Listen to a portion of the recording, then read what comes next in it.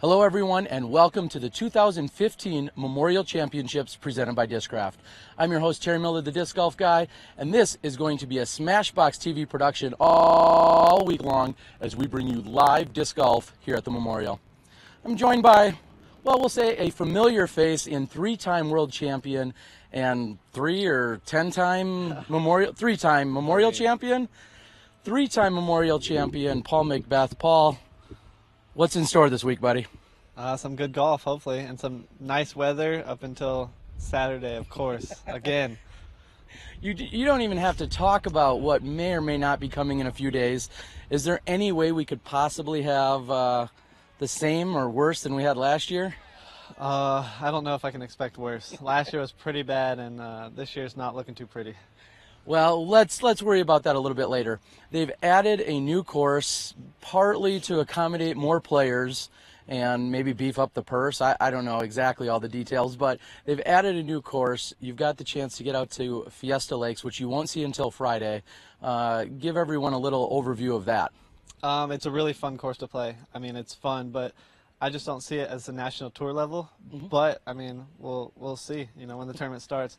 But you know, it's on a nice property, and I'm excited to get this tournament going. Well, at the end of the day, everybody's going to have to compete there, so I think we're going to see some hot scores. Now, Fountain Hills has a special place in your heart. You've been crowned champion here a number of times, and you've shot some pretty amazing scores out here. When you're going to go out and attack a course like this, do you have any specific game plan other than, I'm going to guess you're trying to stay out of the water? Yeah, stay out of the water, stay in bounds, and make my putts here. If you miss, you're most likely in the water or in a road. So putting's really big here, actually at all three of the courses. So hopefully my putt's on, and that's how I want to attack it, on the greens. So just a few days ago, you came in from Vegas. You were down one stroke going into the final round, and some of the chatter out online was, well, he's down one, but how many is he going to win by? And somehow you won by 4 or 5 or some crazy number. Tell us a little bit about that final round. It was really putting. The first 2 days I struggled on the putting green, and the final day I was able to pick it up, make some putts that I was missing earlier in the week, and it was strong enough in that wind and cold conditions to come back and take the top spot. Well, you've won at the Aussie Open, the Wintertime Open, Vegas, so you're 3 for 3 so far this year. Or am I missing any wins? No, there's no more wins. No more wins. And speaking of winds, there's a real light breeze out here. What are you thinking about with the weather today? I mean, if it stays like this, it won't be too bad. It's probably about 5, 7, somewhere in there. But it is starting to cool down already, which is hopefully it stays warm and we don't have to bust out jackets. You silly California boys. All right, well, that is Paul McBeth. We wish you the best of luck. We're going to be watching some of this sweet action throughout the entire week, including the new course over at Fiesta, and then we'll be here on Championship Saturday to bring you the final round. We're looking forward to a good finish from you, and maybe we'll see you again in the final card come Saturday. Thank you, hopefully. All right. Thanks a lot, Paul. Thank you. All right, well, there you have it. That is Paul McBeth, our 3-time champion. I think we're going to also have another guest that is stepping in here in just a moment. As Paul said, it's an absolutely gorgeous day today. 5, maybe 10-mile-an-hour winds. We're going to be covering action throughout the entire course. And, of course, our leader card is going to be amazing that they've assembled out here. I can't call it a leader card, correction there. We're going to have to say our featured card, Ricky Wysocki, Paul McBeth, Will Schusterick, and our 2014 amateur world champion, Jake Laputka. We saw him crowned world champion right here on SmashBoxxTV back in July in Minnesota.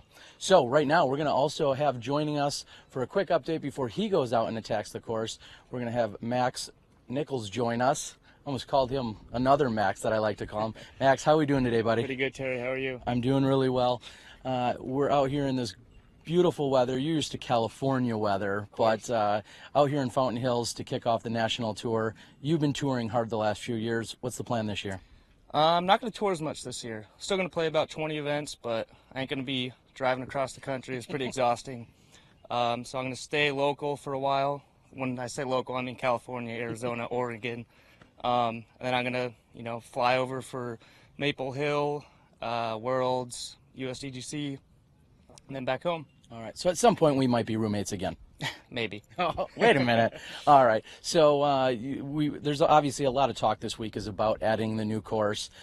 You're left-handed, so we have to get all the different perspectives. What are you thinking as a lefty when you go out and play that new Fiesta Lakes course? I love it. If you talk to most righties, they're obviously always going to say, oh, every course is a lefty course, but I agree with him on this course. It's a lot of lefty hyzers out there, so it's going to be fun. All right. Any projected score? Mr. McBeth a few days ago was talking online. He thinks someone could shoot in the 30s. If you're putting it all together, is that possible for you? It's possible, but I think 30s is pushing it. If someone's really, really on, they might do it, but I think 43, 44 is going to be good. All right. And when you're going to go out and attack this Fountain Hills course, do you have any kind of number in mind? In the 40s, always. If you shoot in the 40s out here, you're doing all right. If you shoot low 40s, then you're doing great. All right. Well, Max, we wish you the best of luck this week. We're going to move over and catch some of the action that's teeing off on hole 1, and we look forward to seeing you the rest of the week as well, pal. Thanks, Terry. Thank you. All right. There you have it. That's Max and Paul. We're going to move over and try and catch a few drives and some of the action on hole 1. There's a little bit of a backup going on, but we're going to bring you as much action as we can before our featured card goes off. Stay tuned. You're watching live disc golf right here on SmashBoxxTV.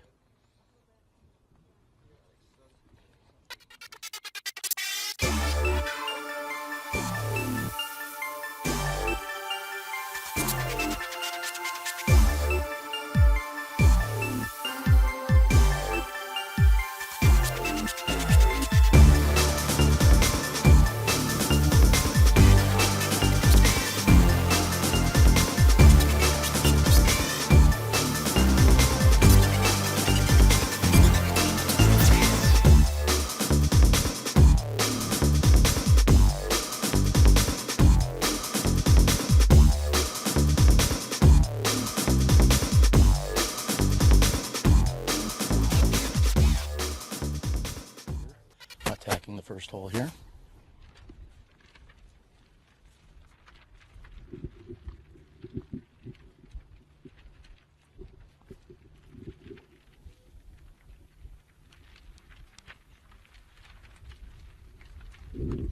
And Eli is safe. And as these players walk down the fairway, we're going to go ahead and we're going to catch up with AJ Risley, affectionately sometimes known as the Disc Golf Boy. AJ is going to step on into our shot. Oh, hey, there you are. Hey, well, here we have it. How's it going? AJ Risley, first of all, I got to say you're looking sharp, buddy. Hey, thanks. Yeah, I just got to thank everybody at Legacy for helping me out, keeping me looking sharp. Well, it seems like every other week you're picking up a hot new up-and-coming company or sponsor. I like what you're doing, buddy. Yeah, trying. Keep with it. So, AJ, first of all, we got to thank you. Thanks for stepping in on this Smashbox podcast and filling in wherever you can. It seems like as soon as your session is done, people are just clamoring for more. Oh man, how do you keep them coming back for more? I don't know. That's what it seems like. How do I keep them coming back for more? I don't know. I just try to stay nice and fresh, stay loose. I'm always thinking of something new, some little one-liner. So we just talked to your pal Max, who said he's not going to be traveling and touring quite as much this year. Yeah. Is that mainly because of you, or why is that? I hope not. I don't think so. I don't know. I mean, you can ask him. We jam out pretty hard in the car in those long drives. A little bit of T-Swift. I know you're a big T. You're a Swiftie. I understand that. So now you're out here playing right now, but you're wrapping up some college education. Yes. And what are your plans here for the rest of the year, and when are you going to be done with school? My plans for the rest of the year, well, the spring semester ends just in time for the Masters Cup. So I'm hoping to finish finals week, and then drive up to Santa Cruz for the Masters Cup, and just go on tour just like last year for the rest of the summer, and hopefully trying to extend that through the fall to USDGC, and then come back home. And any one event that you're particularly looking forward to? Of course, we're kicking off the national tour right here, but is there one in your mind that you're exceptionally looking forward to? That's a tough question. That's always a tough question. I don't know. Maple Hill Open is always a fun time. Actually, last week I just saw Steve Dodge. He was out in Las Vegas. I don't think he was there for the tournament. He was just there because it was about a 100-degree swing from Massachusetts to Las Vegas. And yeah, that just kind of made me miss Maple Hill and miss Steve a little bit more. So I really want to get back to that one. I don't know. There's so many good tournaments out there. There's a lot of, everything's different. You know, you got wide open fairways and water out here. And then you go to places like Delaware and Iron Hill, and you got a million trees and 10,000-foot course, par 72. I love that challenge. Fair enough. Well, we caught up a little earlier with Zoe Andike, a fellow Team Legacy member. She came in with a 53. Hell yeah. I know you're looking to get under par. You got any particular scores in mind here? Well, I'll tell you the score that I just shot. I just finished a few minutes ago. I shot a 50. It's not bad, I guess. I don't know. Yeah, Simon gives me the thumbs down. I don't know if that means like under par or bad. I don't know. But yeah, I had 14 threes and 4 twos. Did you want more twos? Yeah, I wanted a couple more twos, but that's fine, you know. All right. Well, thanks for joining us. I kept moving on. Yeah, just like you you keep moving away from me as we're interviewing. I noticed that. It was a fun round, you know. Kept it light. I had a real good group, you know. It was really fun. All right. Well, anyways, that's AJ Risley, the disc golf boy. We're gonna cut over here to more action taking place here on hole number 1, and yeah, stay closer next time, buddy. Here we are. We're back to hole number 1. Thanks, AJ. Thank you, everybody.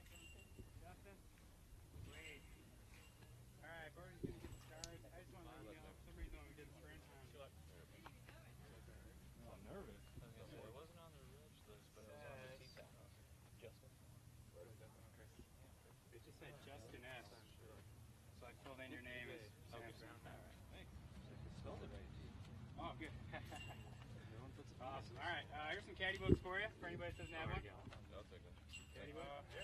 Cool.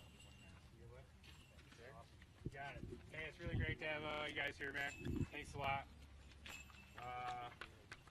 These are, so tonight is our players' party. It's going to be at the Boulders, which is right next to the Fiesta Lakes course, about a 1-minute drive from there. We are going to have a putting competition up there as well. A reason to try to fish some of you guys out. It's going to be a minimum $500 paid out for that. Here's some event guides if anybody needs one. Tell you how to get there. Good? Yeah. Got one. Awesome. Fantastic. All right. The only thing for those of you that have played the tournament before, I just want to mention is normally we got some rules on the back of your scorecard, but this year all the rules are in the caddy book. Okay? So if you guys have any questions on anything, please do go to your caddy book. Also, if you know, as a group, you guys can't come to a decision on something, just play your provisionals. That's all I got for you. You guys ready to rock this out or what? Yeah. Sweet. All right, let's do this. Quiet, please. Players on the tee. Next up on the tee box, we have Brody Miller. Let's go, Brody. And Mr. Cherry Bomb himself, Brody Miller, here on the tee of hole number 1.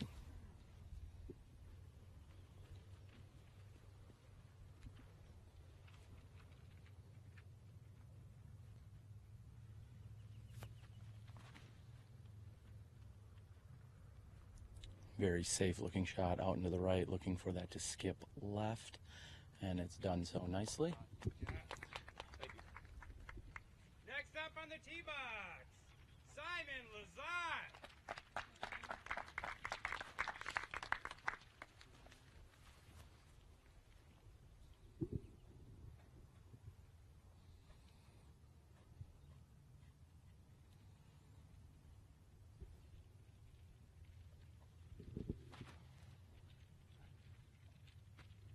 And just as he likes it, Simon's going with a hyzer. Unfortunately, just short here on this first hole. Looks like he is going to cross. And he does get a mark saying that he did, in fact, cross. Right. Next up on the tee box, Chris Edwards. Chris Edwards, third to tee.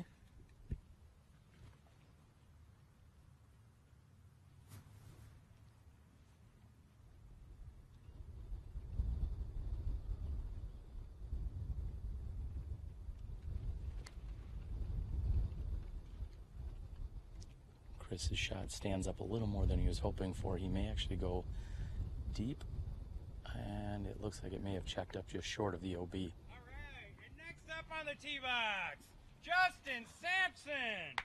Woo!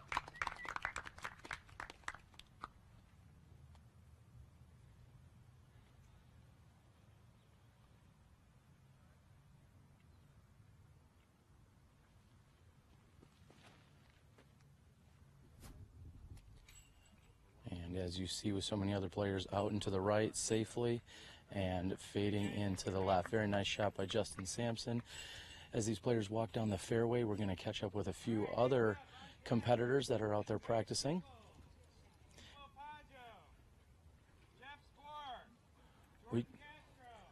And as we just heard, we're here on a backup. They were in fact nearly 40 minutes behind today with some of the tee-offs. That's the exact reason why we were able to push back our live broadcasting.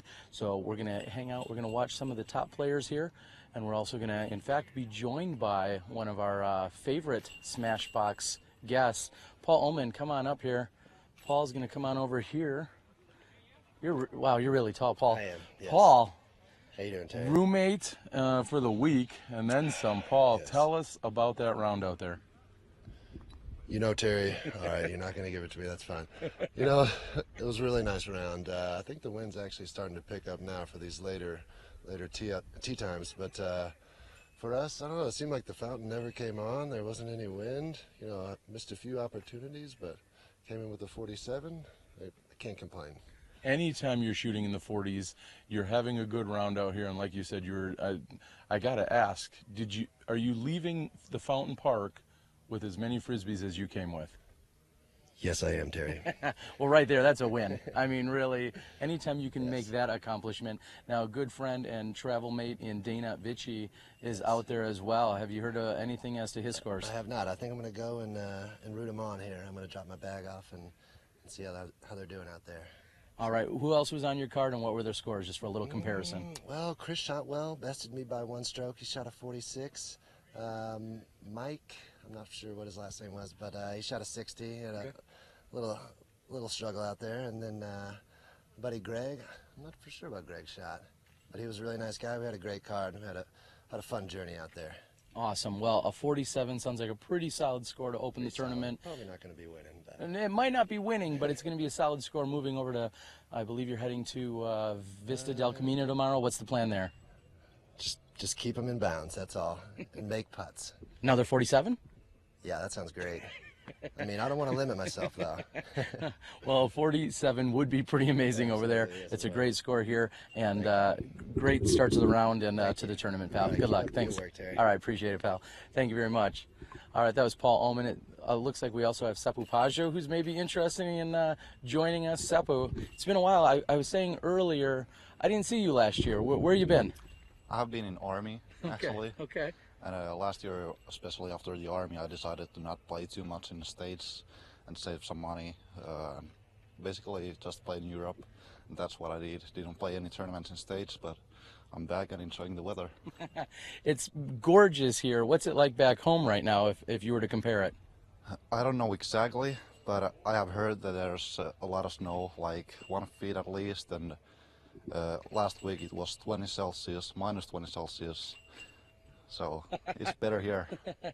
All right. Now, are you going back to the Army, or have you served your time, or how does that work? I served 6 months and I'm done for good. Okay. Not going back. It wasn't as much fun as you thought.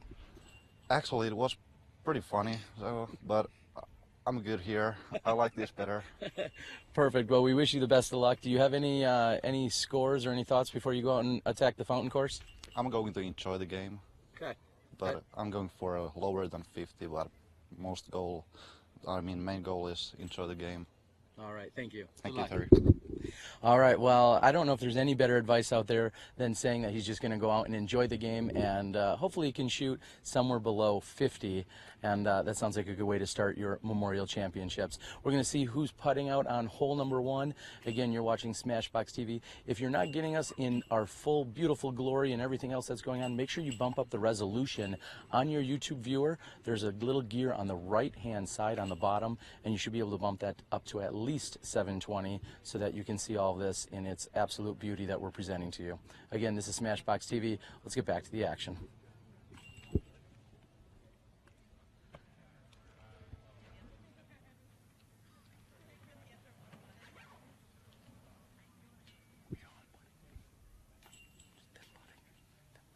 Plastic Addicts Disc Golf Supplies, home of the Discraft Ledgestone Edition releases, including the new TI Comets, TI Zones, TI Bangers, Crystal Flex Zones, Glow Flex Buzzes, and much, much more. Be on the lookout for the next Ledgestone release on March 25th. Plastic Addicts also carries a full line of products by the top companies, revolutionizing the sport. Plastic Addicts also has a full line of custom Plastic Addicts apparel, including hoodies, hats, dry fits, thermals, patches, towels. Need disc golf supplies? Look no further. Plastic Addicts for all your disc golf cravings.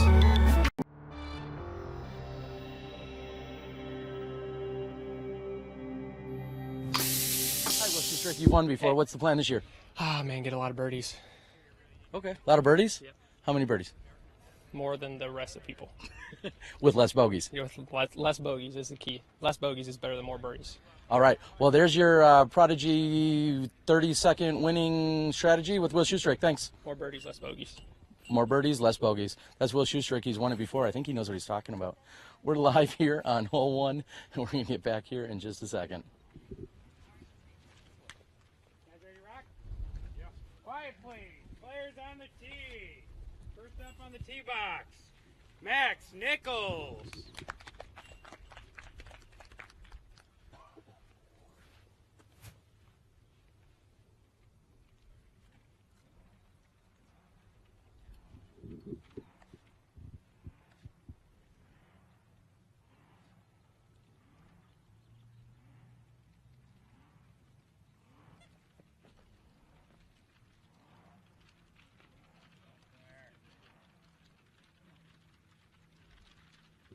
And Max Nichols has a lot of ground to cover on that left-hand side.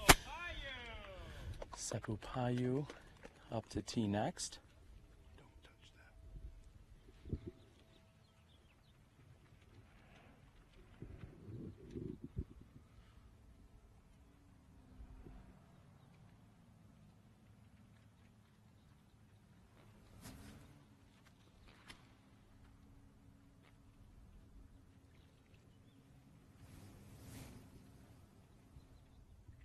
Seppu shot off on the right-hand side. We see even a lot of other players come in a little bit lower and get a skip. However, Seppu's came in with a little bit more angle to it. This is Jeff Spoor here on the tee.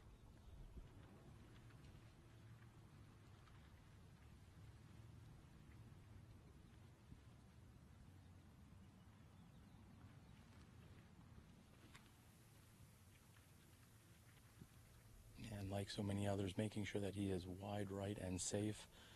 Feel like most players are more content here to take a 3 and simply move on rather than be aggressive for that birdie. Another one of our final 4 finishers here at the 2014 Amateur World Championships, Jordan Castro on the tee.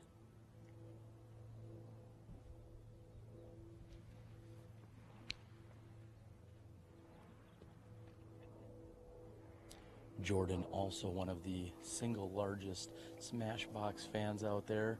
Super supportive of everything that we do. We're glad to see him here at the professional level after such a strong finish at the Amateur World Championships.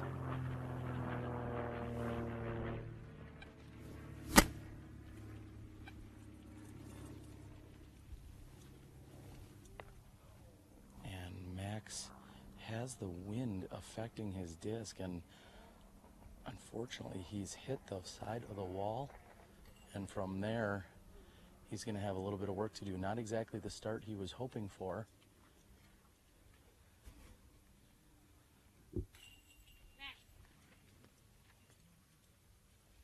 And we're watching our players take off. Just a few moments, we're going to be catching up with our few of our final competitors who are going to be going off here shortly. We're seeing a lot of players come in off of the course. The women teed off very early this morning. As I referenced earlier, Zoe Andike came out there today shooting a 53, I believe it was. Very solid score by Zoe. And Valerie Jenkins-Doss is, in fact, your women's leader at the moment. I may be corrected. I believe Valerie shot the 53. Very solid score. She is in the lead with Zoe sitting in third. So very solid shooting by them. We're going to catch up with a few more of our players in just a few moments. Until then, we're going to see the putts and how these guys are going to handle it as they're getting off to their start here on hole number 1.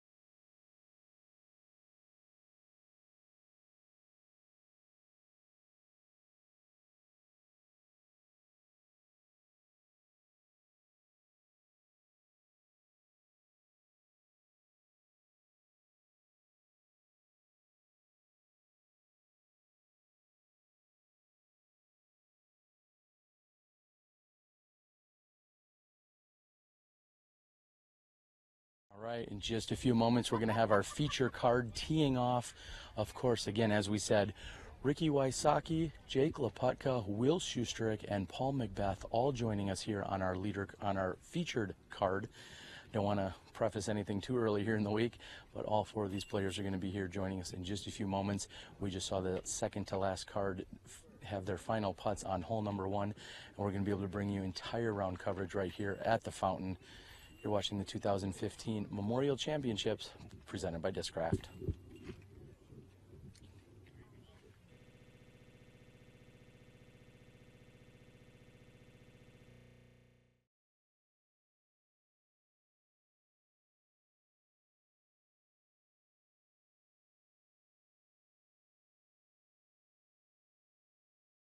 Practice putts. Strategy at the Tournament Central is to give these players just a little bit of a cushion. There is going to be some delays out there on the course.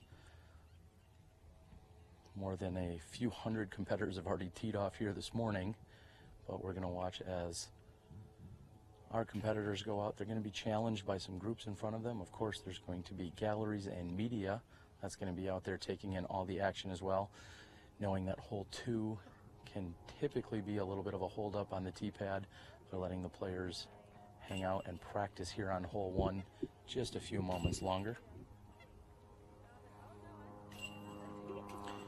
We've got a very exciting broadcast lined up for you this entire week.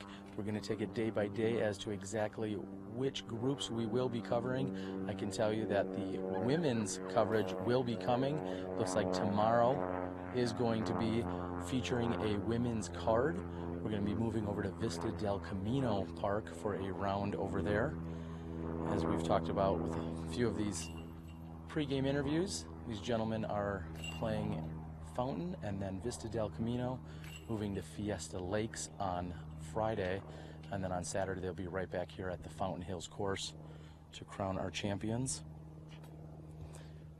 We have some amazing sponsors and supporters that have helped truly make this week possible. Of course, Ledgestone Insurance Open. Nate Heinold is doing amazing things as well. The event's presenting sponsor in Discraft Discs. The Memorial Championships is in fact presented by Discraft Discs, so thank you so much to Discraft.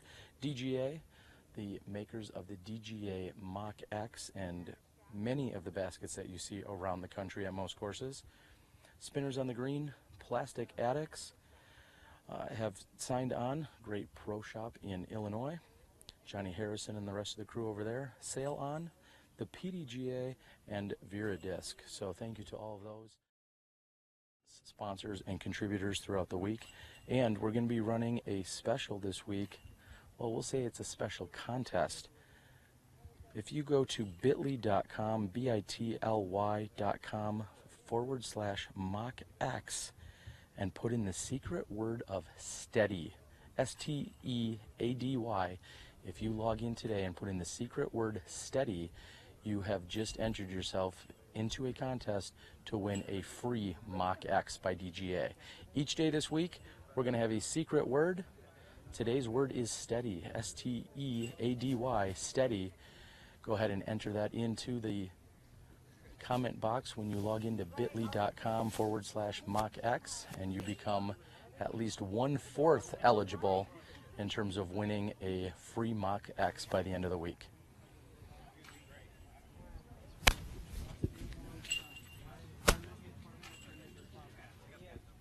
And as you can see, it's very festive around here. Lots of different things going on as these players are shooting their final putts.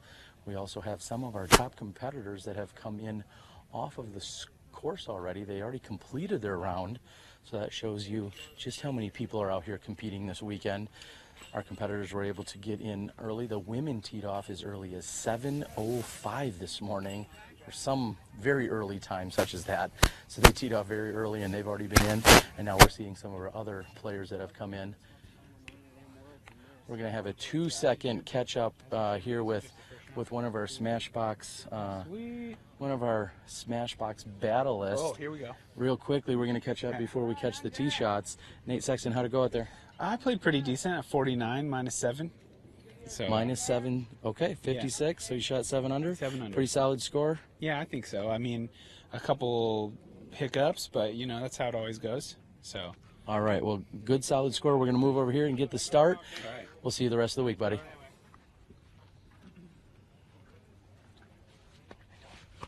right, guys, real quick. Does everybody have a caddy book or need a caddy book? I do. I'll take one if you do. Absolutely. Here you go, boss. You got it. And what did I miss on caddy book? I get your caddy book? I guess I'll take that. Yeah, you probably want one. It's got all the rules in it. Awesome, real quick. Nothing too big. Going on here, I just wanted to make sure that everybody knows that in previous years we had the rules on the back of the scorecard. We've done away with that. Everything is in your caddy book now. I think you guys know how to proceed as far as if you have any questions about a ruling. Paul, take his cards.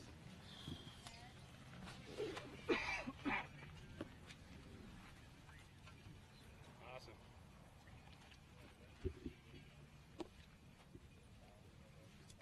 You guys all ready to rock or what? Sure.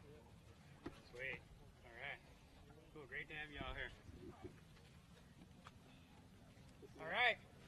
First up on the tee, for our top card, the current world champion, Paul McBeth. And Paul McBeth is first to tee here on hole number 1. There's absolutely no wind. Let's get to it.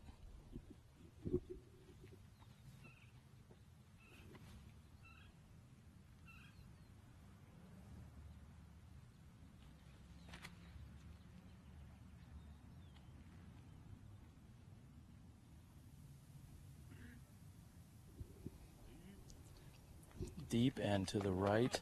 Paul McBeth's tee shot looks very good out by the Sol palm tree on the right hand side. Will Schusterick. And with enthusiasm, Will Schusterick's name is announced. Of course, our reigning U.S. champion and also one-time Memorial winner.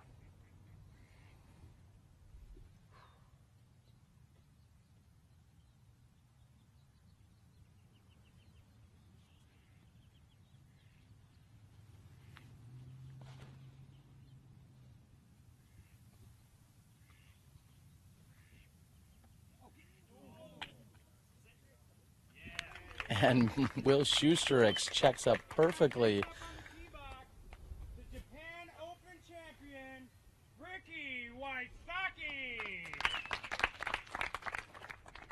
And as announced, your 2014 Japan Open champion, Wysocki, on the tee.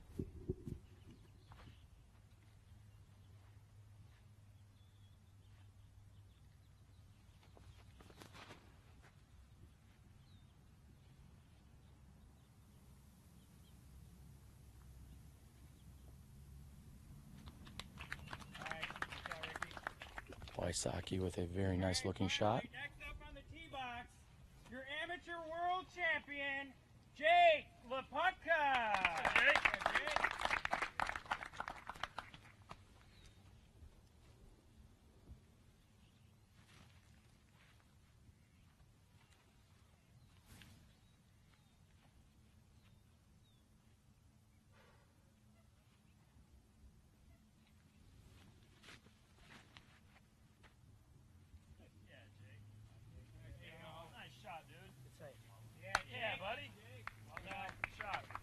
Very nice looking shot by Jake Laputka, your 2014 amateur world champion. We're going to move down the fairway here. We are on hole number 1. 4 drives, all safe. We're going to move right on down. Stay tuned. You're watching live action here on the 2015 Memorial Championships.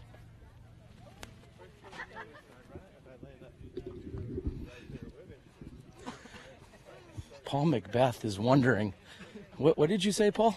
First putt of the tournament, do I run it or lay it up? I don't know. Are you here to win or not? I guess. That doesn't help.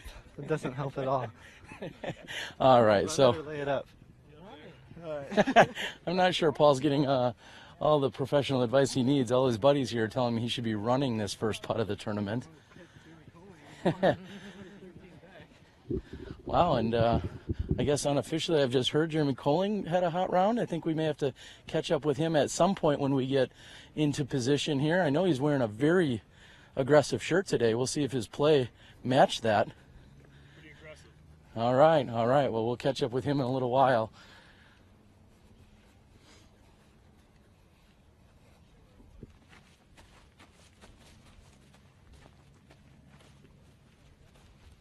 As we said, we have an absolutely gorgeous day out here. There is not a single cloud in the sky. Very light winds. There's a little bit of a break here between the first and second group. We're hoping that there's going to be a good solid flow for these players to start out with. McBeth finds himself just about 50 feet away from the pin on the first hole.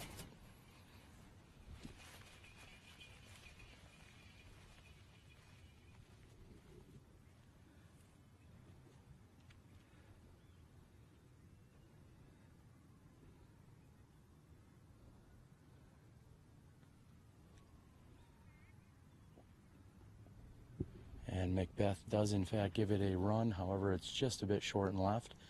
He's going to have to settle for a par 3 here.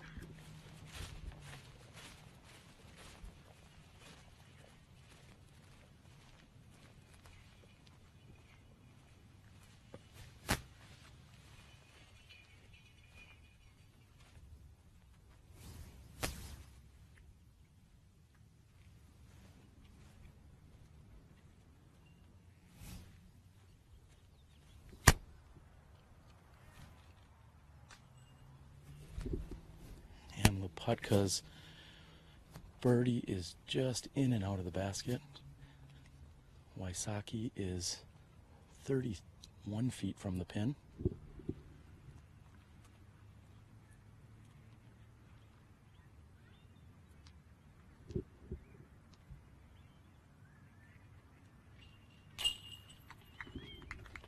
No problems for Wysocki, carding the birdie 2 here to open the round.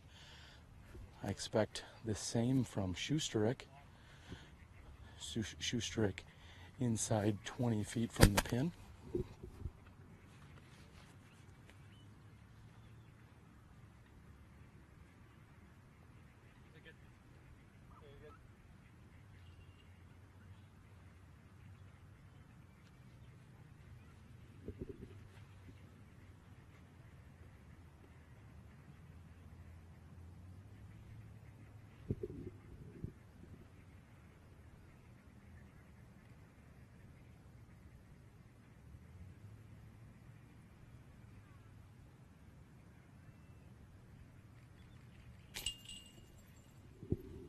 Schusterick's attempt is on the left-hand side. Unfortunately, he scoops in and out. He's going to also have to settle here for a par 3. McBeth taking his full meter in from his out of bounds. Anytime that you are up close to an out of bounds line, you can bring a full meter in up to 1 full meter. Jake, in fact, could have given himself another 2 feet on that, but he makes good. And Schusterick is going to tap in as well. I'll wait for one. And that is your 4 competitors. Ricky Wysocki, the first to draw blood here, taking the birdie 2 on hole number 1 with a solid putt from 31 feet. Jake, 3.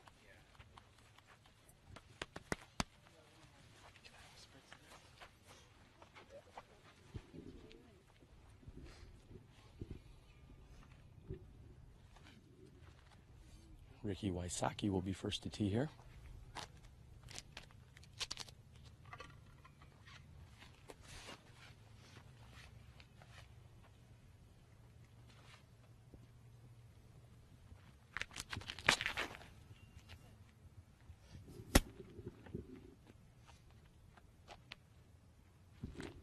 A perfect forehand by Wysocki, hanging out over the OB on the left-hand side.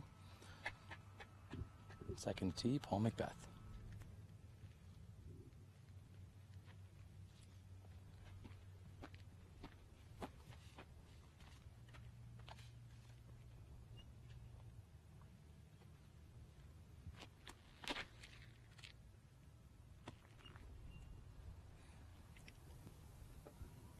McBeth flirting with the OB on the right-hand side. However, he skipped perfectly into the center of the fairway. Schusterick lining up a similar shot.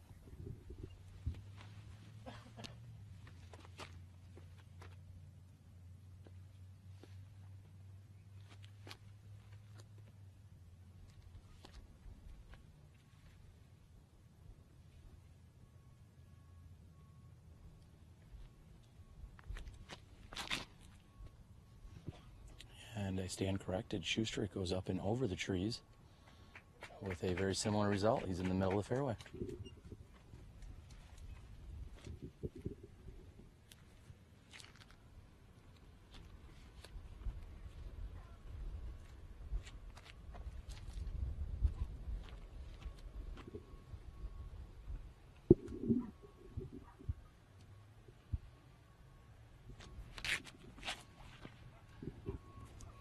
Laputka going low and right. Needed a little bit more hyzer angle on that for to skip. However, he's safe and on the right-hand side.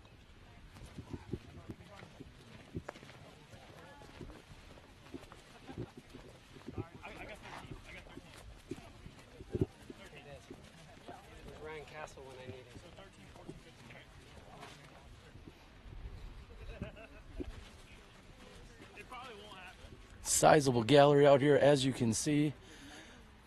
Lots of people able to take it in all in with this last group teeing off after 2 p.m. That allows for so many of the competitors who came out here earlier this morning and finished up the round for them to come check out the action. It's great to see that some of our top players in the world are out here still taking in the action. Players like Paul Ulibarri, Steve Rico, I see out here. Not only have they already completed their round, but now they're out here as fans and spectators of their good friends hanging out here on our featured card today. Personally, if I were them, I would go home and sit on the couch and watch the live action from home, save themselves for the rest of the week, but they're taking it all in.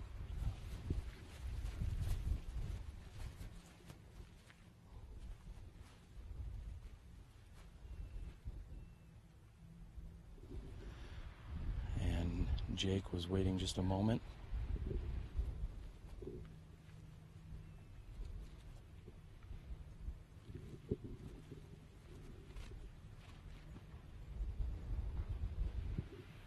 Jake looking to push that over. However, he's going to be safe. From there, he's going to be trying to get up and down and just take his par 4.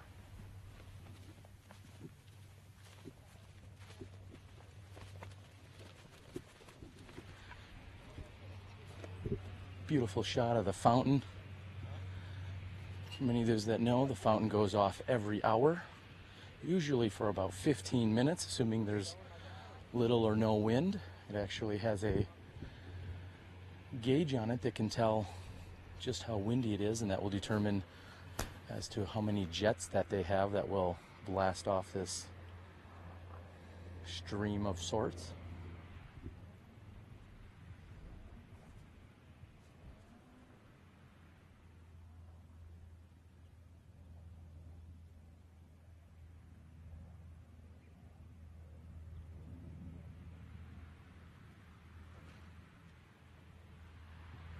And Schusterick seems to have left that just a bit short, but not too bad.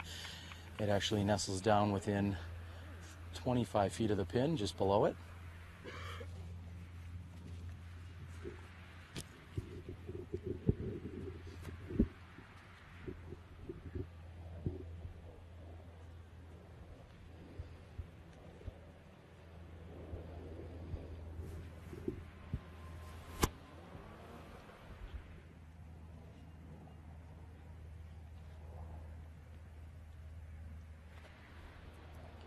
After a forehand on the tee, Wysocki goes with another forehand. However, he's a little more conservative with this, and this finishes short and right.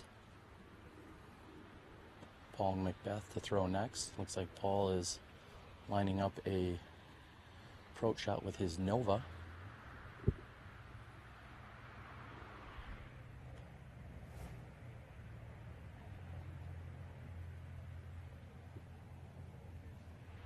And within 25 feet of the pin, Paul's going to be looking at a birdie 3 from there.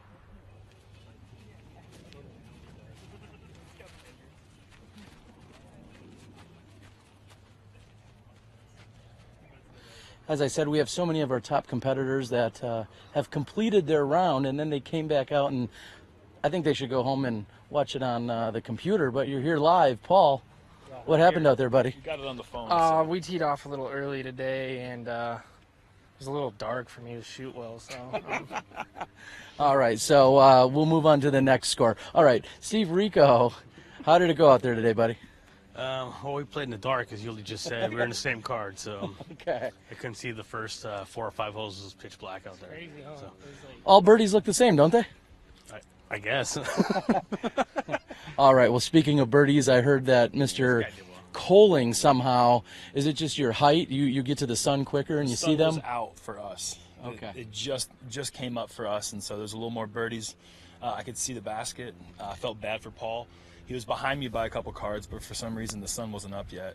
But it was for me, so no, it was a fun round, and the conditions were perfect. The tee pads are sometimes slick out here, but there was no wet tee pads, which is usually one of my biggest issues, one of the things I got to battle with out here. But my traction was good, and my shots were true, and putts, and had my first good round at Fountain Hills, and my was out here. So. And what was the final score for all of us that haven't heard yet? I shot 43. 43, that's pretty darn impressive. 13 under, right? That's right, 13 under, so feeling pretty good about the start for sure. So. All right, so first of all, congratulations, very nice round. And then secondly, we're watching some of the action out here. We're seeing this first par 4. There's only a few of them out here. Ricky Wysocki, 4-hand off the tee, 4-hand second shot, but left himself about 45. How do you think these guys should be attacking this hole? Well, like that. Like that. I'd say between, yeah. You know, the main thing out here is keeping your shots in bounds, and everyone's kept their shot in bounds, and that's the main thing. You can make putts, you can make your approaches just keeping in bounds and not throwing shots. That's from me, so. Well, a very nice putt by Ricky Wysocki, as I said, more than 45 feet away. No problem, still putting it in and taking that birdie 3. This is Schusterick for birdie 3 as well.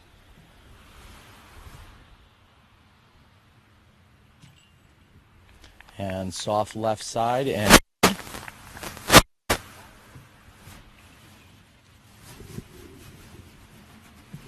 McBeth will be less than 8 for his birdie 3.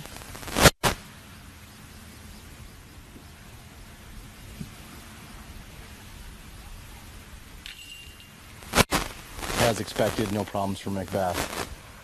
Jake Laputka is going to be finishing things up here to take his par 4.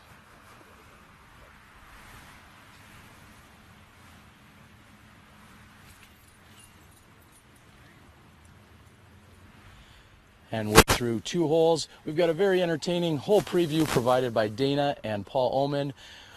We're going to check back with you in just a few moments.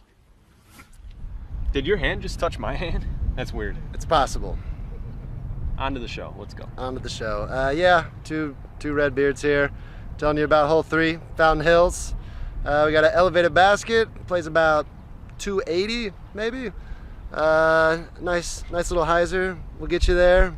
There's OB all around the pin, and you got to watch out for pedestrians. And birds. Not birdies that you want to get, but birds like that fly around. They like to hang out here. Bird-a-boo!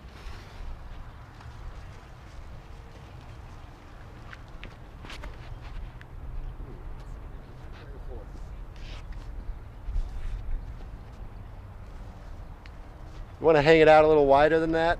You can maybe even flirt with going over the out of bounds line. I think Dana was a little hesitant.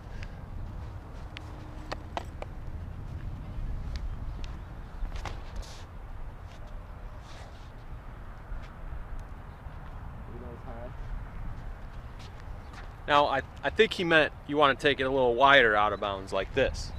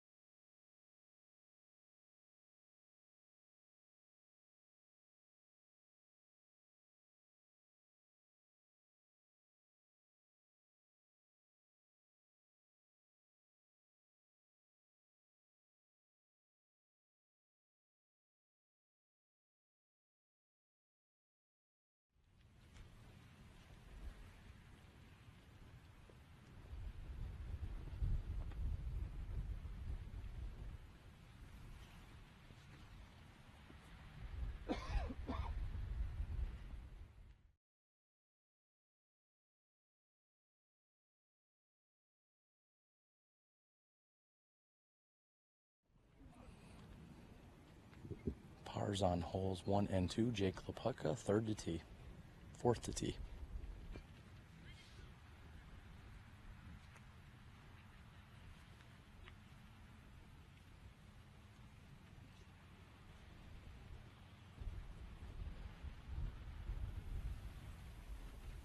Laputka is low and on the right-hand side. A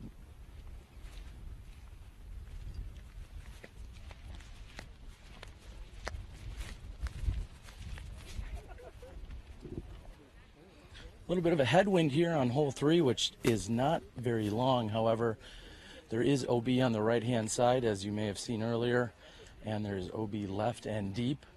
We've got a great gallery of golfers out here taking in the action. And of course, looking at this beautiful fountain. Paige Bjorkis, Kelsey Wilmerding.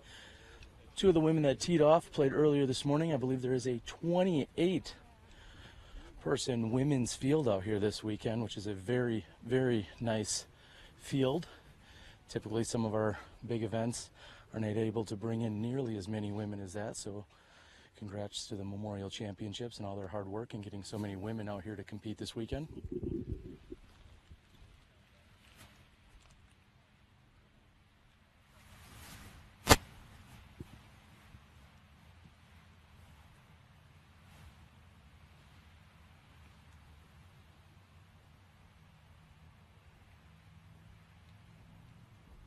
And Jake playing smart by laying up within 10 feet of the pin. It's really all you can do here at this distance, especially with a little bit of a crosswind coming in at them. Our other 3 competitors are still going to have a look at birdie from where they're at, everyone within 20 feet.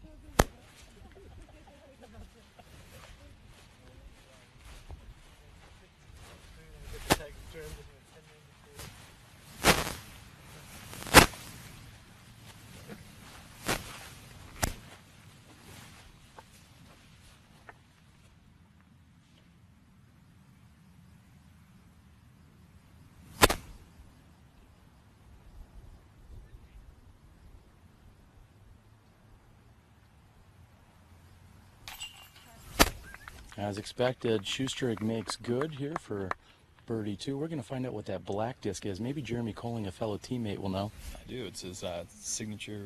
It's his U.S. champion F1. It's a black F1. I think it's 750. Okay. I've thrown it in the field last week, and it is super overstable. All right. Well, we've seen him throw it a number of times here today. Once. I said a number of times. We've seen him throw it, and apparently it's working well for him. McBeth takes his 2nd birdie in 3 holes. Hello, Smash Boxies or Smashies or Boxers or Smash Boxers. My name's Dana, and we're here at hole 4, Fountain Hills. It's about 460 feet downhill. It plays a little shorter. The right-handers are going to want to swing a big hyzer out over the road and have it check in. That's the best way as a right-hander to get the birdie 2, and this is a very birdieable hole. So let's see what Paul Oman can do for us here.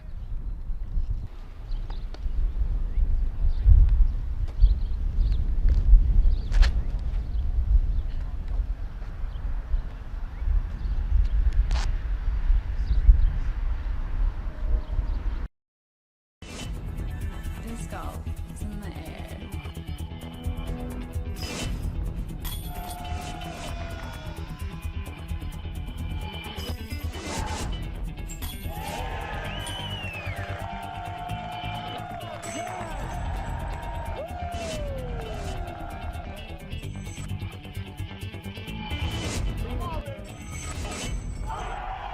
Join the excitement at pdga.com.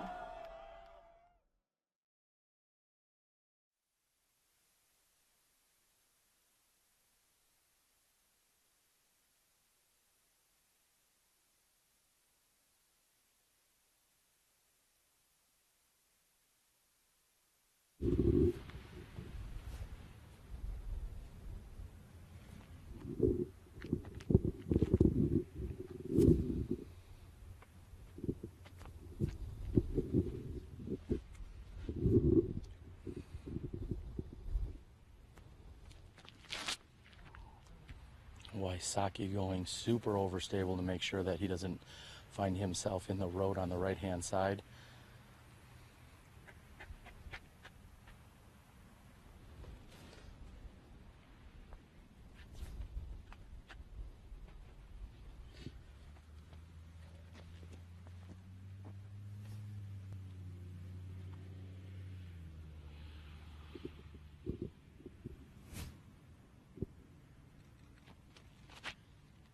And although the disc may say McPro AVR, that was in fact a destroyer. Oh, and he hits the electrical box on the right-hand side. We'll have to see. I believe that's still in bounds, however, not the obstacle he was going for.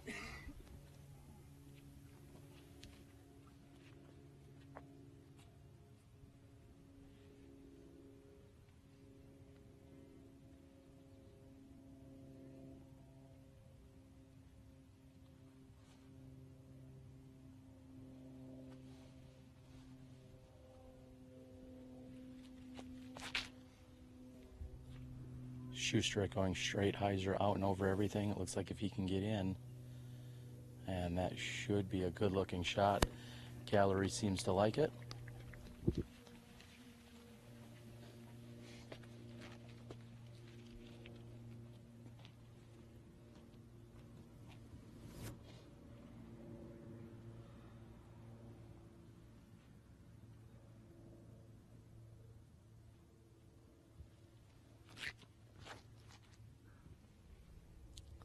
Laputka needed a little bit of a turnover here. Looks like it's going to be fading left, and he's going to be looking down at the top of the pin from the left-hand side.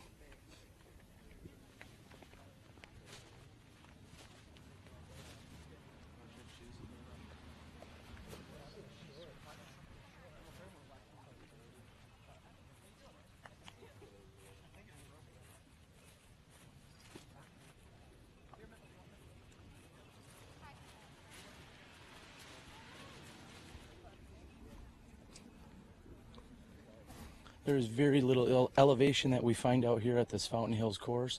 Hole 17 comes to mind, and a few of the others on the backside. However, this is the most dramatic elevation change that we'll see here on the front side of the course. This hole playing to a blind basket tucked down behind the small tree and amongst some electrical boxes, which aren't necessarily ideal when you're out here on the course. However, this makes for one of the longer tee shots playing out over some OB that we find out here on the Fountain Hills course. Wysocki with not many options other than really just trying to lay it up. Of course, the tree was in his way. He's going to be looking to just get up and down and take a 3 here. Many of the holes are reachable by our competitors here to card the birdie 2 or birdie 3 in the case of a par 4. However, of all the par 3 holes out here, this is probably one of the more challenging ones to take the 2 on.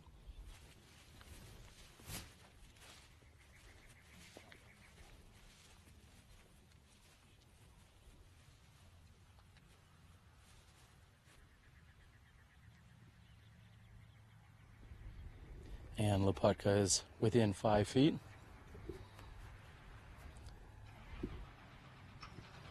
Wysocki's going to wait for a little bit of a distraction here, him and McBeth. Looks like McBeth is on our right-hand side. He's going to be putting next. He's about 25 feet beyond the 10-meter circle, so I'd put him at about 55, maybe 60 feet here. And just short. Wysocki's approach shot landed within 5 feet of the road,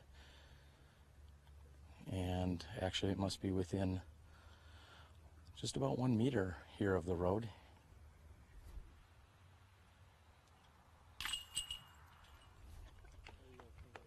Easily caught by the DGA Mach X. And I'm going to anticipate that our other 3 competitors will have no problems tapping in from within 10 feet. Thank you to all of our amazing sponsors that are helping making our broadcast possible this week, including the Ledgestone Insurance Open, DGA, Discraft, Plastic Addicts, Sailon, the PDGA, and everyone at home that has tuned in to log in and support us in any possible way.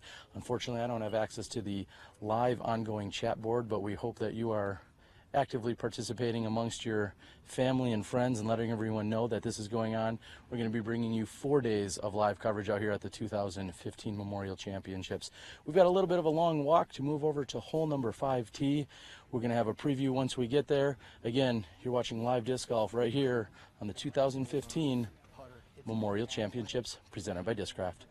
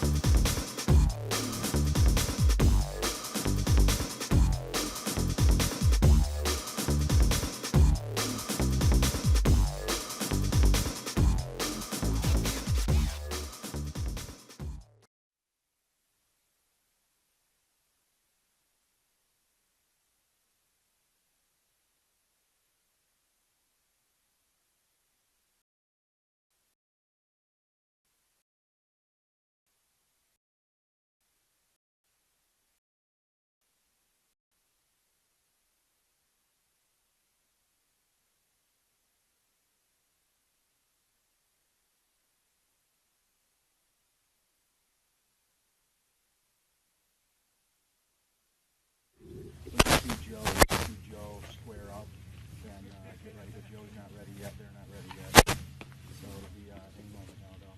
Staying right there? That guy staying right there? Maybe a little bit. I don't know. I don't know where he's at, though. I can't tell. It doesn't matter that much. It's okay. It's not that big of a deal.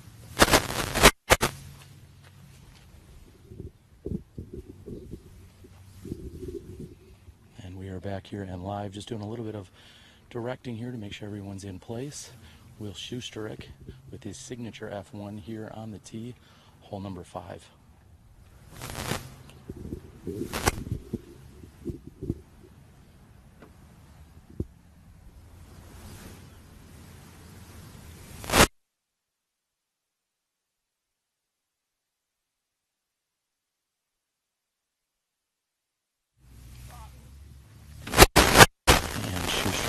Fading left. He is going to be inbounds. No problems there. Wysocki will be second to tee. Looks like Wysocki has a mid-range in his hand.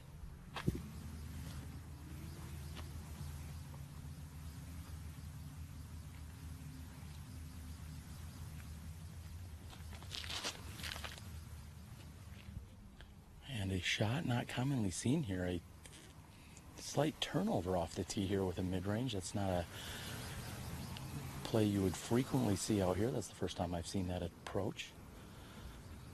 McBeth throwing a rock 3 off the tee.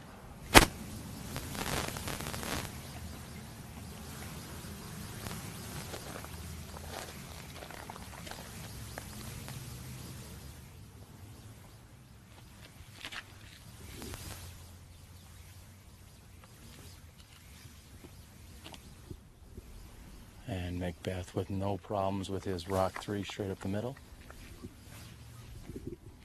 Jake Laputka looking to get on the board here with his first birdie. He is sitting at even after 3 holes.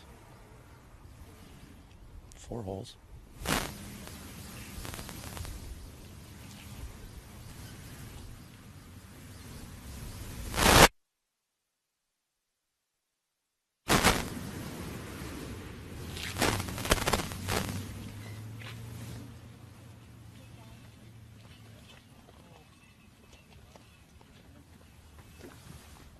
And Laputka's shot looks to be wide right and heading toward the OB.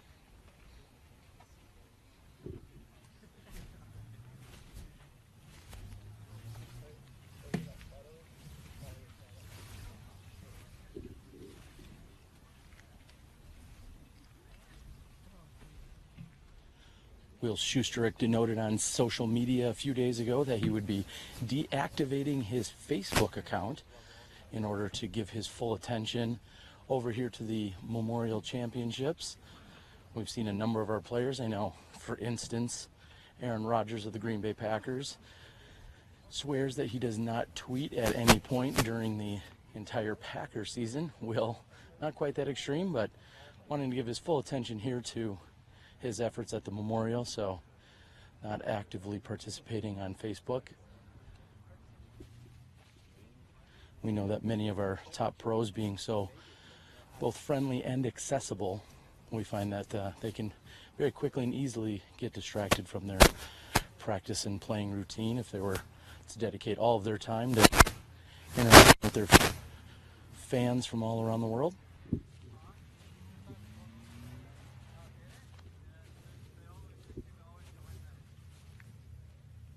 And there is a conversation as to whether if Jake is possibly finding himself in bounds or not.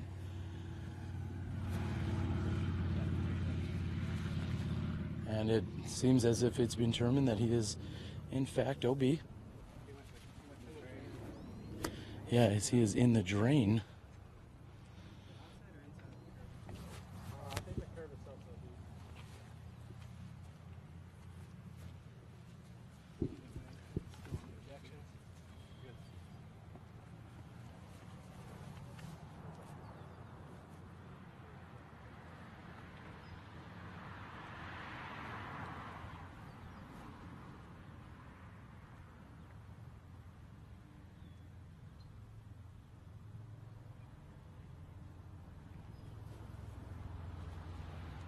Just a bit short on his attempt to save par.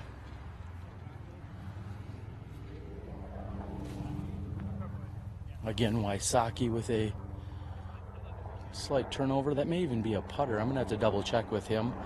He is just inside the 10-meter circle.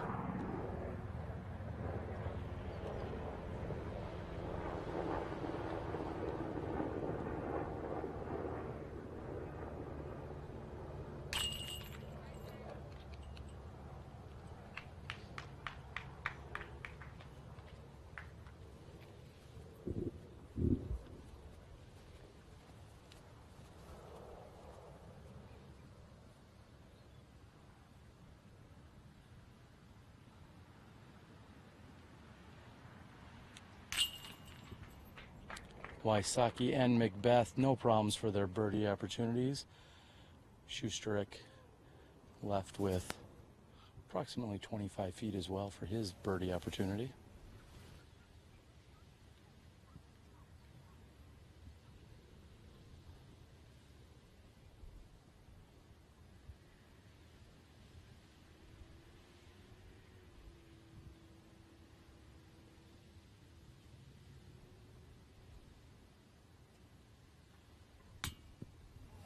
And right out of Will's hand, you could tell it looked like he had a little too much extension. He's going to have to settle for a par here.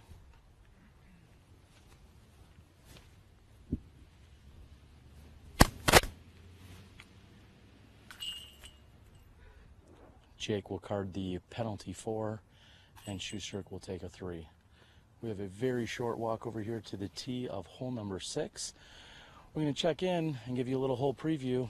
You're watching the 2015 Memorial Championships presented by Discraft.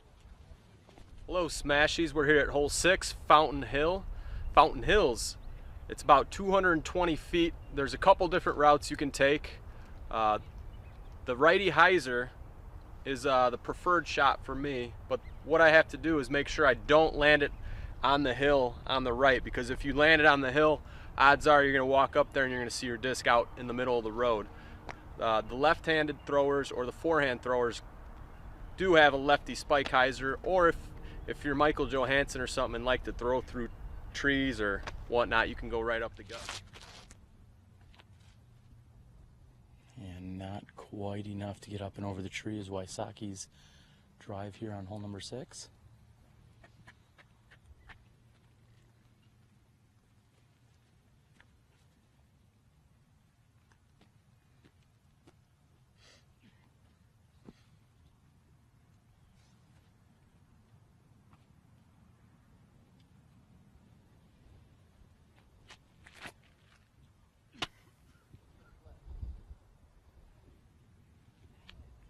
And McBeth thinks he's going to be short and right, and we saw Simon Lizotte up near the basket go running after it, so that may be an indicator.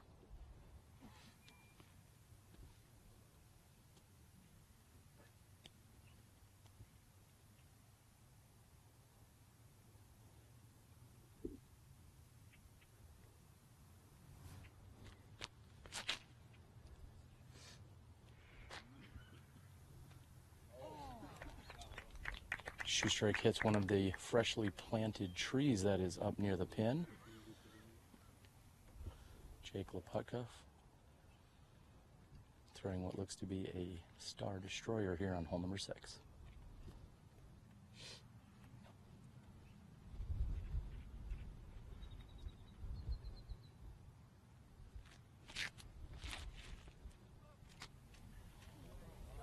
Jake may have trimmed just enough trees to slow that down. He's going to have a look up there. We have a correction coming in by Jeremy Coling. Just checked with Will Schusterick. That is actually a black H1, not an F1, which makes sense why it is so ungodly overstable. Are we talking trucks or what'd you call that? It's an H1, as in hybrid 1. It's our overstable fairway driver that's doesn't fly, and Will loves it because it doesn't fly. All right, well, I'll go with whatever Jeremy Coling says. Thanks for the correction there by Mr. Coling.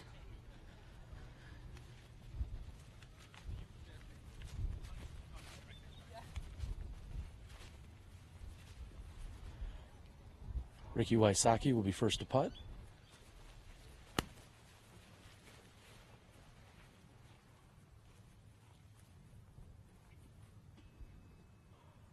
And just off the front of the basket here, Wysocki is going to have to settle for a par.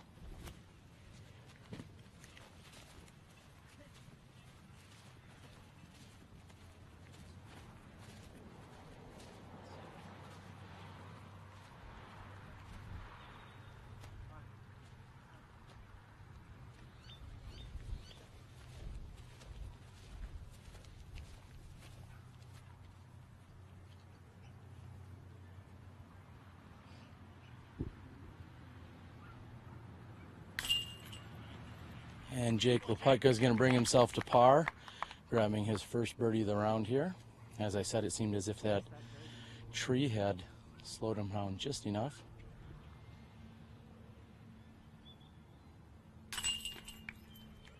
Schusterick makes good, and somehow he has defined most of the laws of physics here on this hole. Paul McBeth has stayed up on top, and he is going to be faced with a very interesting putt. It is truly remarkable that he was able to even stay on the side of this hill to begin with. And he's looking to possibly go right through the rung of this tree support.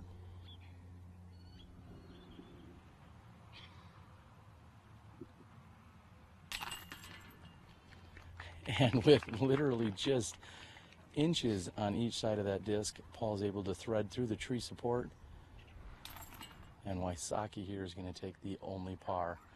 We're through 1/3 of the course. We have a backup as expected. We're moving on to one of the shortest holes that we're going to find out here at the Fountain Hills course. Look for a preview here on hole number 7. We got hole number 7 here. I'm Paul Oman out at Fountain Hills. It's a very deceiving short shot from the tee pad. As you can see, the basket's placed on a peninsula. Right in front of the peninsula is a nice little finger grove of water that you'd like to stay away from here. I'm going to try a nice controlled hyzer putter shot under the tree and try and nestle it under the basket. Keep it away from the water.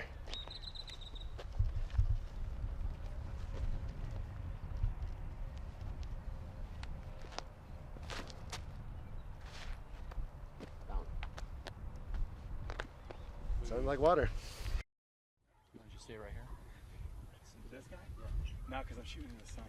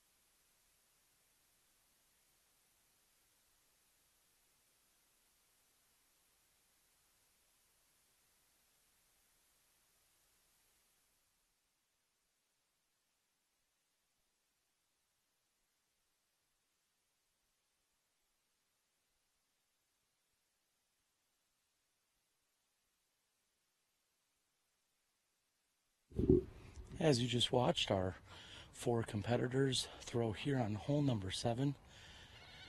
Will Schusterick barely carried just past the basket. He's going to have a look at a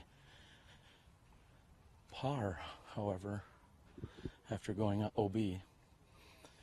Jake Laputka did hit the tree. Rarely do you ask for a player to hit a tree. He was asking for it, however. Looks like it has kicked him down here into the left-hand side. He is, in fact, seems to be in bounds.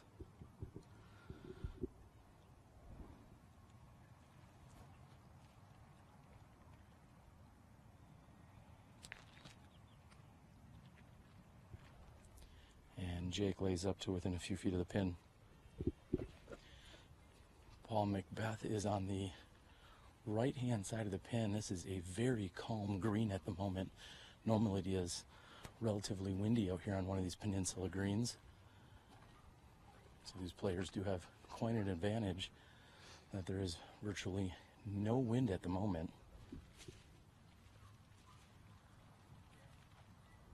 In fact, I'm not sure there is a much more beautiful sight than looking out on this peninsula green out here in sunny Fountain Hills, California.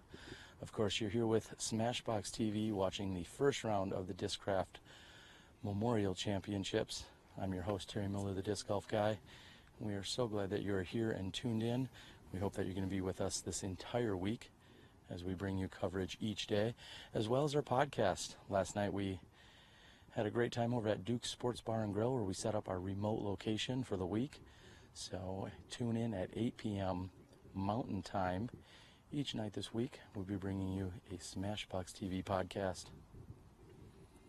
Paul, what's going on? They're teeing off right behind you, so we're waiting, being a nice card. You're waiting. One of the things that we find when you're the last card of the day is sometimes you get held up, and that's just part of the game. You're used to being one of the last cards, aren't you? Well, why do you have to put me on the spot? All right. Paul is going to be putting in just a few moments, of course, out here on the peninsula, hole number 7.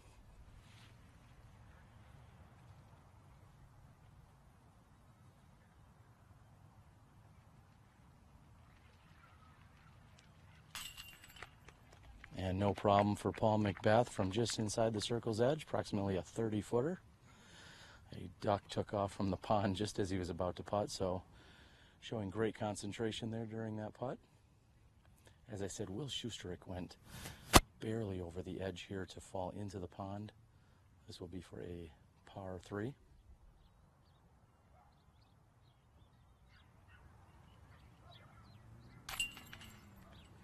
Schusterick saves his par. Wysocki is no problems from 8 feet, and Laputka will tap in for his 3. As we said, there is a massive backup here on this next hole. We're going to stand down for just a few moments, take a word from our sponsors. We thank you so much for tuning in and watching our live broadcast coverage. Again, we'll be back with you in a few moments. Plastic Addicts Disc Golf Supplies, home of the Discraft Ledgestone Edition releases, including the new TI Comets, TI Zones, TI Bangers, Crystal Flex Zones, Glow Flex Buzzes, and much, much more. Be on the lookout for the next Ledgestone release on March 25th. Plastic Addicts also carries a full line of products by the top companies revolutionizing the sport.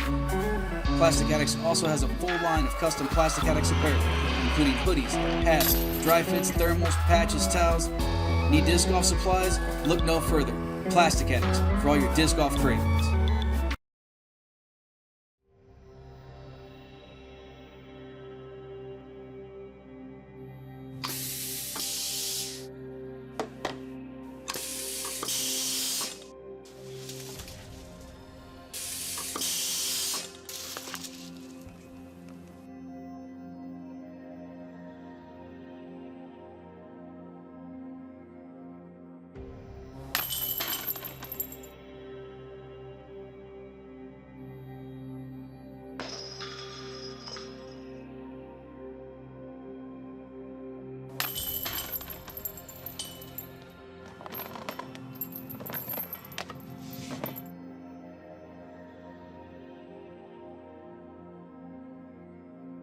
The Mach X by DGA, the evolution of disc golf.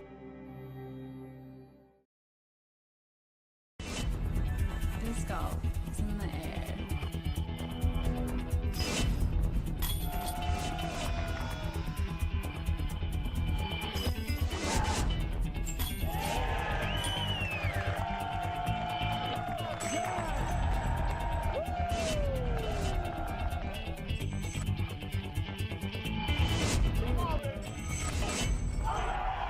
Join the excitement at pdga.com.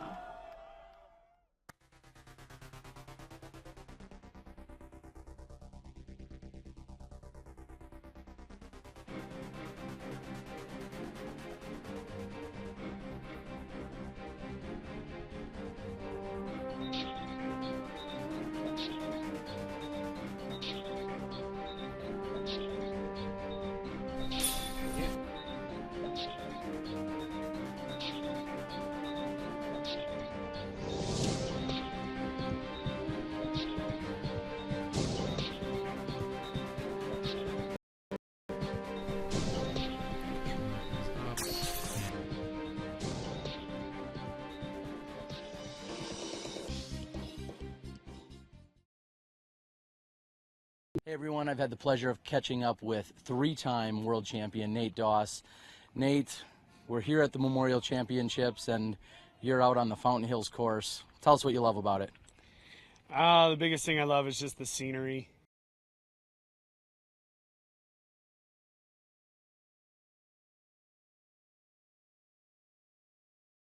I've had the pleasure of catching up with one Zoe Andyke of Legacy Disc and Paragon Disc Golf. Zoe, you just got off the course and you're sitting pretty. Tell us about it. Well, I'm in third place right now. I shot a 50. I have had the pleasure of catching up with one.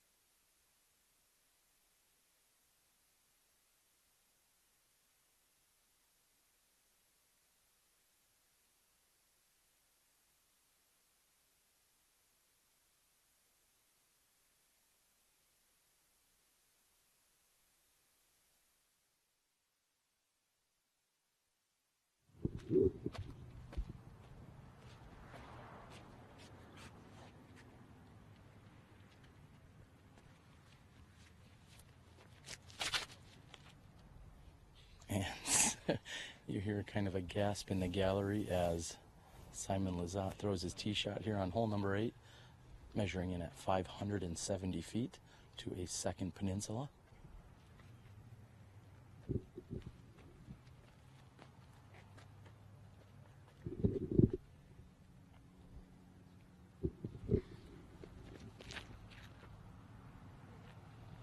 And another very nice looking shot coming in on the right hand side. This hole is all about placement here on this first hole for as these players, how they're going to be able to attack the pin on their second shot. Brody Miller from the Northwest region on the tee.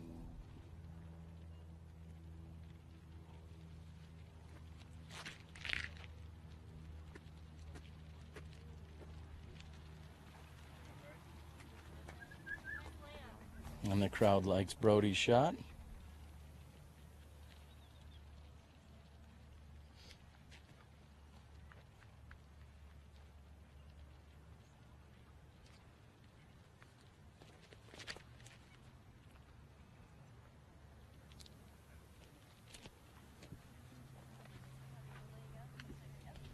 And another solid shot. As we said, there are a number of backups that we experience out here at the Fountain Hills course. We're out here on a beautiful, beautiful Wednesday afternoon. We're here on hole number 8, measuring in at 570 feet. Nate Doss explained that this plays to a second peninsula green. This is definitely a par 4. Anytime a player can get out there and take the birdie 3, they're doing a couple of things right out here. Again, go out to bit.ly/mockx. Make sure you enter in the code STEADY. That is the secret word of the day. That will go ahead and enter you in to win a Mock X this week. Thank you to our sponsors over at DGA. And of course, the Fountain Hills course features DGA Mock X's out here all week long here at the Memorial Championships presented by Discraft. These baskets have caught just about every putt that it should have every single time this round. And rarely do you see a solid putt not stick into a Mock X. Absolutely great baskets. In the meantime, we can take a look over at the gorgeous, gorgeous landscape and scenery we see out here. This is a very calm day. Many players, including Paul Oman, who we spoke with earlier today, talk about the winds that can pick up in the afternoons. Commonly we see lower winds in the morning and more in the afternoon. However, it doesn't seem to be the case today. I know one of our top competitors in Eric McCabe is hanging out here today. We see that his girlfriend Denise has finished up her round as well. In a little while, we're going to see if we can actually catch up with EMAC. Eric McCabe, of course, your disc golf answer man, and doing so many great things with Dynamic Disc and the entire Trilogy family. Eric, yeah, I talk to myself all the time. Yes, you do. Yeah, I do. Talking about the lack of wind out here this afternoon. Yeah. Tell us what you experienced when you were out here today. Well, I was one of the fortunate or unfortunate ones to tee off at 8:50 this morning, and it was cold. I don't think I took my hoodie off until hole 9, and it was definitely a little breezier this morning, and it's just a little different atmosphere when it's a little chilly, and you can't quite get a good grip on your putters as it is right now. It's an absolute gorgeous day out here right now. And I was saying it's very rare to have lower winds in the afternoon than in the morning. Yes. So do you anticipate anything like that the rest of the week, or what are you looking forward to for sunshine and weather the rest of this week? Well, I'm looking forward to tomorrow, and I'm looking forward to Friday. But the forecast for Saturday kind of looks like a repeat to last year. Last time I checked, I believe it was 70% chance of rain, and yeah, that's going to be rough out here if the rain comes, because these tee pads are, I mean, people could get hurt out here on these tee pads if it's wet. All right, well, you've been very busy doing a lot of things over there at the Trilogy headquarters, Dynamic Disc, West Side, Latitude. How busy are you, and when do you even have time to golf anymore? Not very often. When I'm on vacation out here in Arizona playing disc golf, that's about it. Yeah, we're very busy. We've got a bunch of stuff coming out. A bunch of stuff I can't talk about just yet, but there's... It could be an exclusive here on SmashBoxxTV. It could be. Maybe we'll talk next week. How about that? Okay, fair enough. Yeah. All right. Well, one of the things that we talked about, we're doing our podcast every single night. You obviously being very versed in the podcast and the Disc Golf Answer Man family. Mm-hmm. We look forward to having you guys on the show. You and Cool Daddy Slick Breeze, possibly tonight or tomorrow. You're going to check in? Yeah. You're doing that over at Duke's, right? We are over at Duke's every night, 8 p.m. Mountain Time. So I know you've probably got thousands and millions of fans out there. Maybe they could tune in and check you out tonight. That'd be great. It could be just me tonight. Okay. Bobby's picking up Jeremy Rusko from the airport tonight at 8 o'clock. So if not tonight, tomorrow night, Bobby and I will both get over there at some point, and we'll definitely do a little talk on the show. All right. I noticed we haven't quite touched on it. What was your score today? 52. Not too bad. I started out a little slow. Actually, after the first 2 holes, besides my 2 putts, I threw every shot in the water. But I saved par on the first hole and then managed to hit a 45-footer for 5 on the second hole. But, it was a roller coaster for me this morning, but a lot of golf left. Well, we expect some scores below that for the rest of the week. We wish you the best of luck. This is your 2010 World Champion, Eric McCabe, and Disc Golf Answer Man. Thanks so much, pal. Thanks, Terry. All right. So there you have it. As you said, Eric McCabe out there this morning, actually challenged by more difficult conditions in the morning out here at Fountain. That's a very rare occurrence out here. Either that or he was just doing everything he could to prove me wrong of everything I had said beforehand. So it's gorgeous out here right now. I think in just a few moments we're going to be able to cut to our next card as we're out here on hole number 8. We're glad that you're here checking out all the action. This is SmashBoxxTV, the 2015 Memorial Championships presented by Discraft.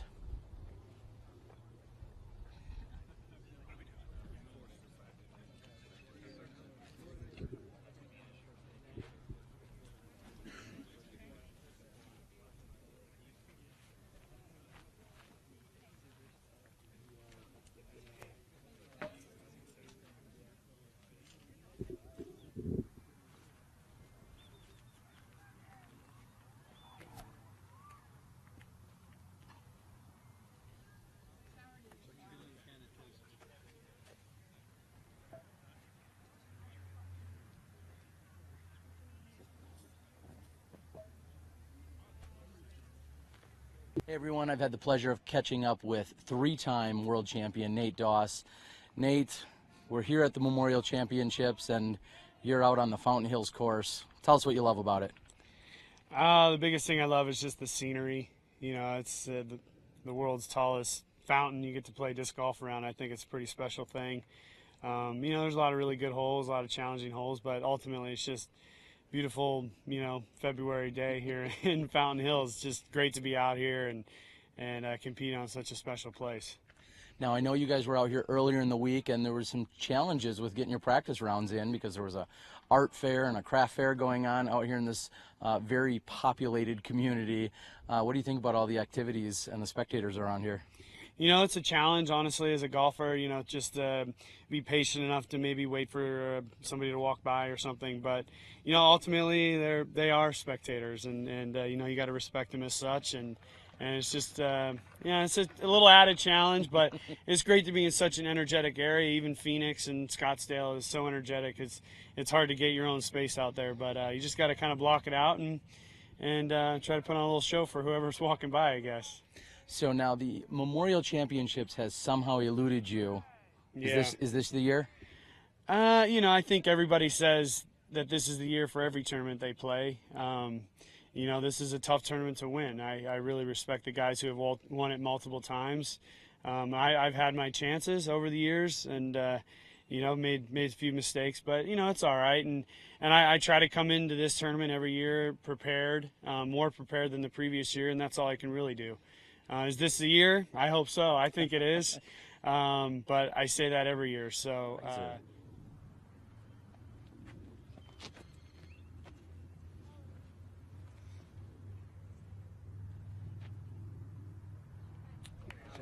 And dangerous, but yet perfectly played. Max feels the left-hand side is, in fact, his best route, and he's executed perfectly.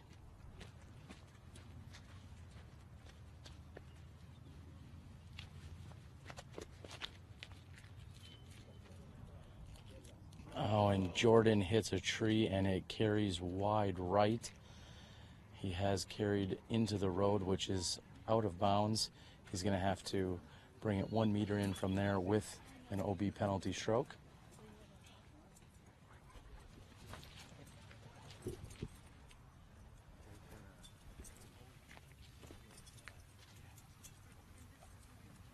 And we are going to follow this group. We're going to move on down. We're going to switch up our format just a little bit to try and bring you as much action as we can. Again, anytime there's a hold-up, especially when we're dealing with live disc golf broadcasting, it's always a matter of finding the action and being able to bring it to you.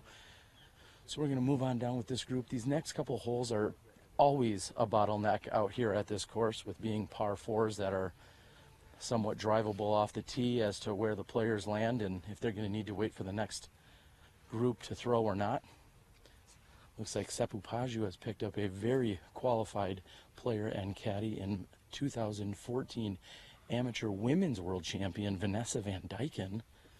She is on the bag today for Seppu, which is got to be nice to be out here and have one less thing to carry around.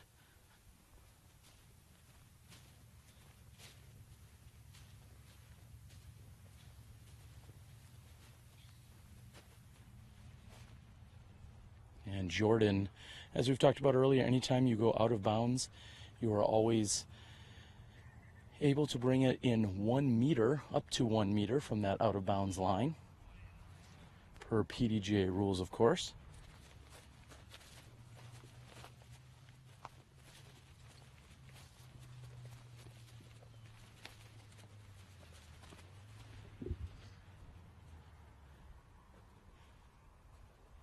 And we will try to bring you Jordan's shot here.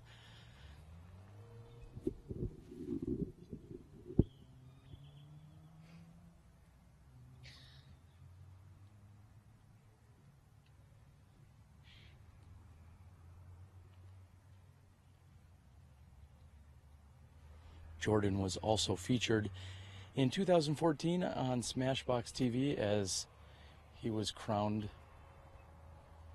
one of our top viewers as well as participants of our SmashBoxx season. Very supportive gentleman from Minnesota.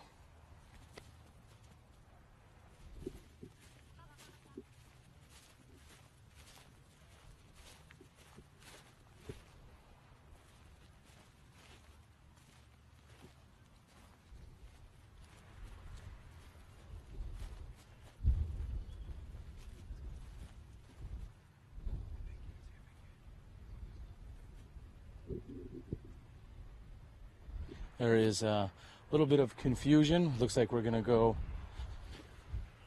over here and check out Max Nichols. As you can see behind Max, behind him is the fountain, which is going off yet again.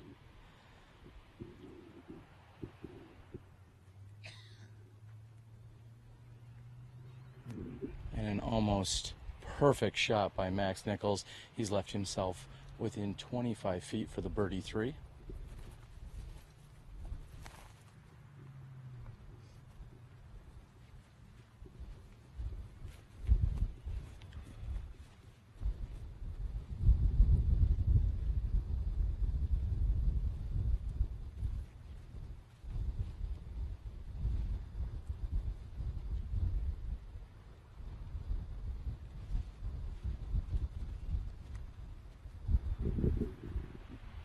And Jeff with a very nice looking shot, almost landing on top of or touching Max's. It looks like he's gone just past it.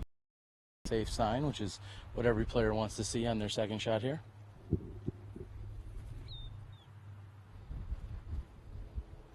We're actually going to put our back to the fountain as we can feel a little bit of wind. Many will say that the fountain itself generates some wind and we can feel that at our back. Unfortunately, having any of the air or water particles land on you is not ideal out here in the Fountain Hills community, as that is recycled wastewater.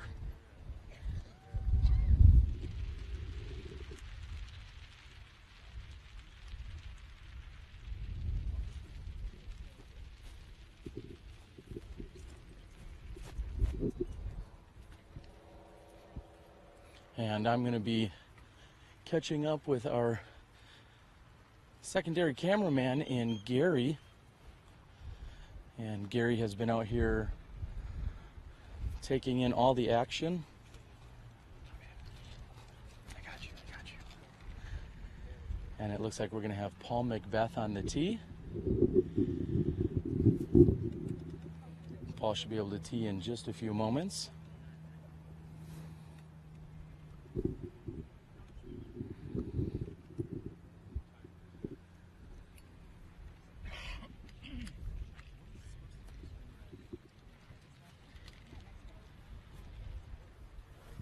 This is actually a combination hole. Throughout the many years I visited the Memorial Championships here, they've played this in a number of different layouts. However, this year, and as of the last few years, they've played from this tee into the second peninsula. This used to be a somewhat drivable par 3 hole. However, it was I think probably too much of a tweener hole, as some may call it.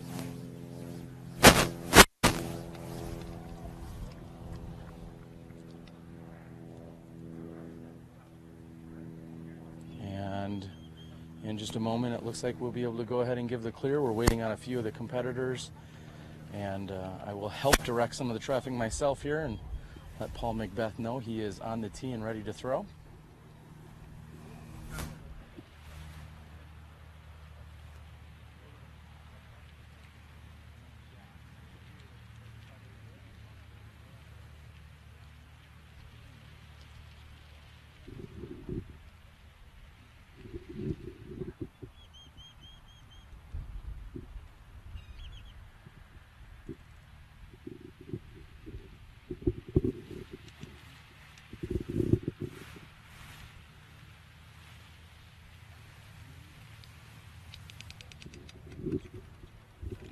And coming up and over us, McBeth, hard to keep up with such a shot, but a nearly perfect shot by Paul McBeth.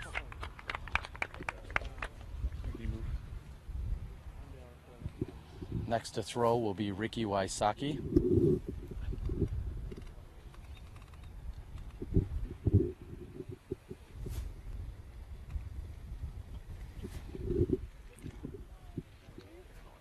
And again, up and over our heads, Wysocki's shot is coming in.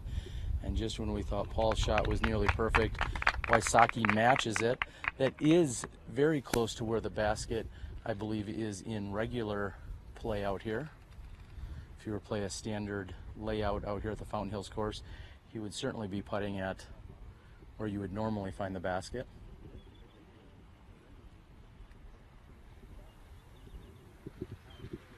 Will Schusterick, third to tee.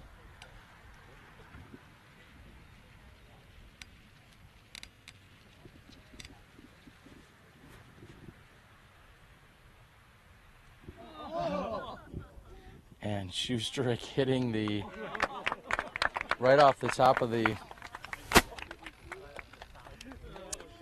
bench out here. As you can see, that is why the bench is taped off, so to speak, to make sure that no pedestrians or picnickers are hanging out. Jake Laputka, fourth to tee.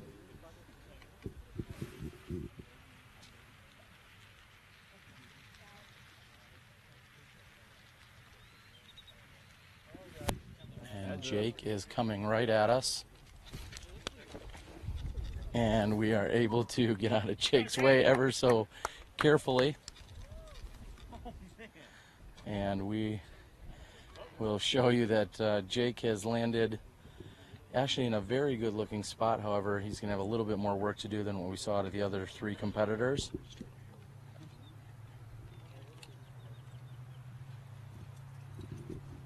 And we're seeing that the next group has in fact finished this hole, and they're going to be coming back up here off the tee.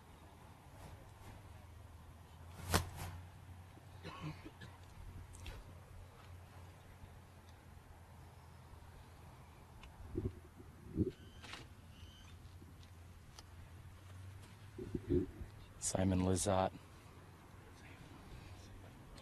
throwing a crushing drive.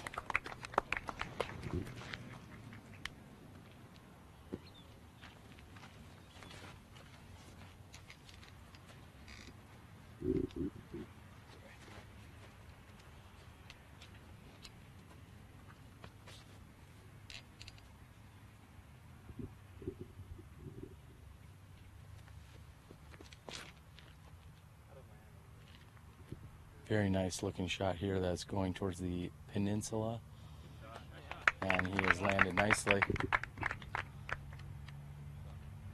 Brody Miller, third to tee.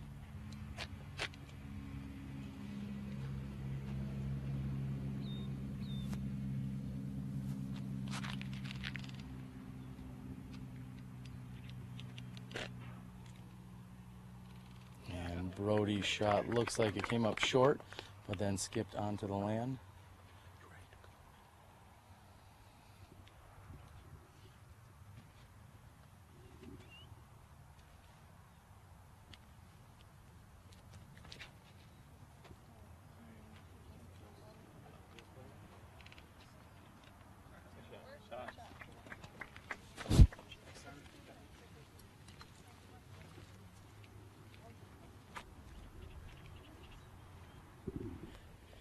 And Gary is going to follow off that camera, and as he does that, we are going to move over here to Jake Laputka.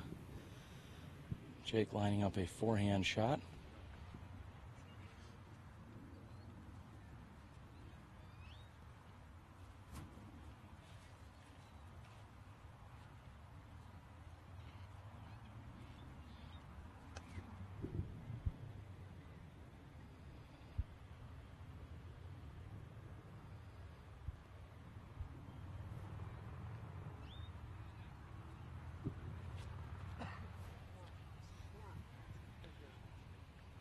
Jake looked like a good looking shot, however, tough to tell. It looks like he had a little bit too much on it and carried past the pin.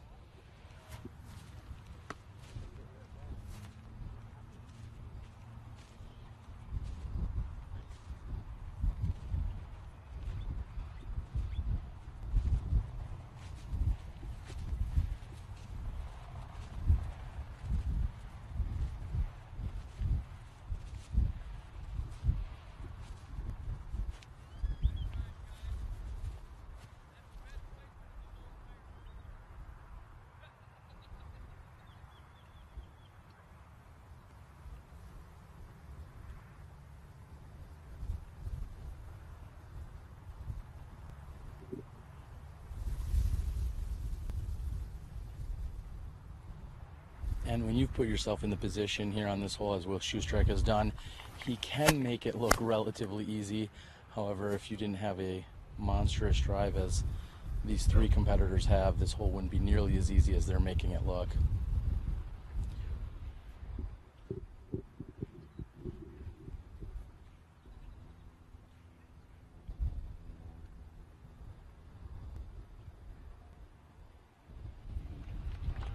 Perfect shot by Ricky Wysocki.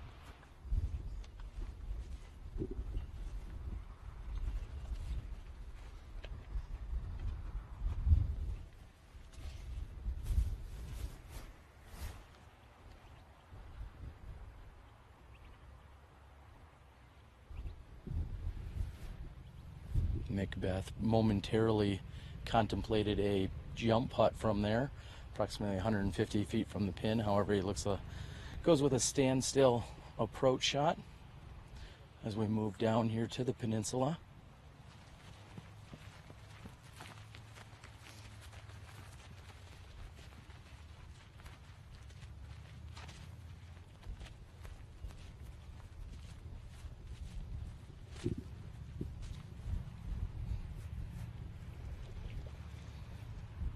Again, another beautiful peninsula green that we find out here at the Fountain Hills course.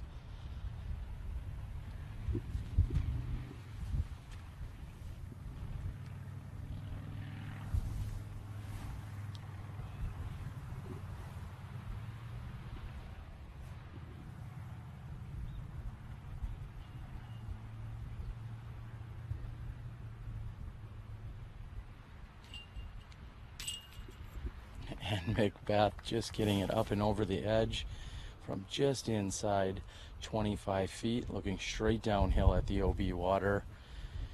He'll card the birdie 3. Jake Laputka had in fact gone deep. He will bring it in 1 meter from the water's edge.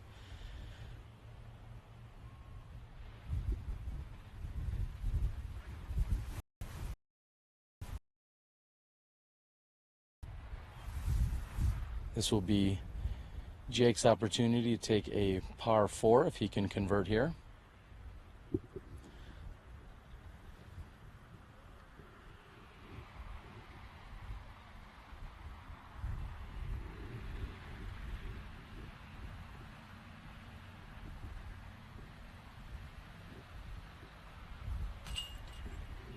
And Jake has done just that. Wysocki has no more than 12 feet left for his birdie 3.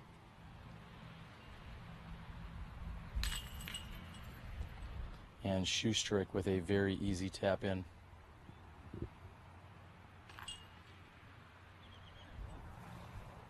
We are through the front 8. We're going to move over to hole number 9. We have a whole preview provided to you. You're watching SmashBoxxTV. This is the 2015 Discraft Memorial Championships. Hi, I'm Val Jenkins, and we're at Fountain Hills on hole 9. This is another peninsula hole. You'll see behind me there's the first peninsula. The basket sits on the second one. The water juts in right where the hill goes down and back. There's some people fishing there, so you want to stay clear and you want to stay to the right. Make your up shot right under the basket, hopefully, and yeah, just stay dry on this one. That's the key.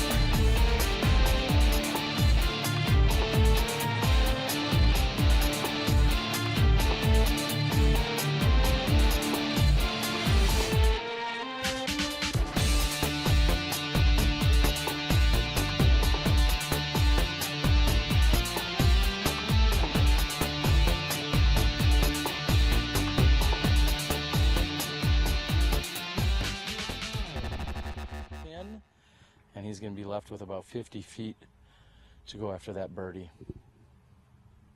Looking back here on hole number 8, absolutely beautiful views. We have the fountain not at full mast, so to speak, as the winds are up, and like I said, they have a wind gauge on there, and if it's too windy out here, they do not have that go off at full power.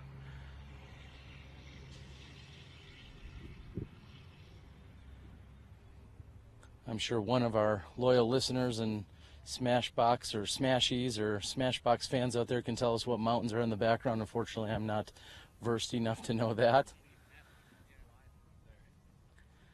Always our best practice is to move some of the wildlife out of the way. Hopefully attempt that they can stay clear of any discs that might be coming in, as I'm going to move out of the way for Max's second shot.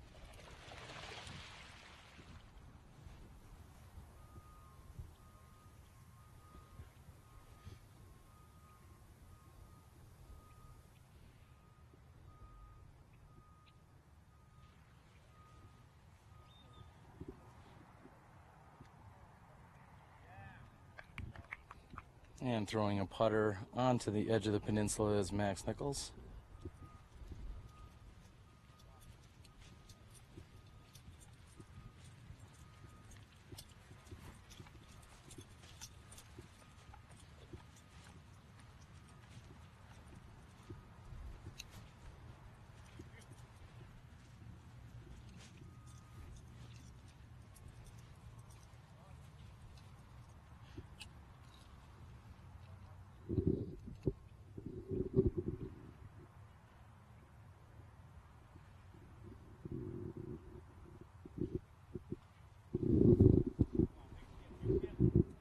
Also looking for a little skip to get closer to the pin.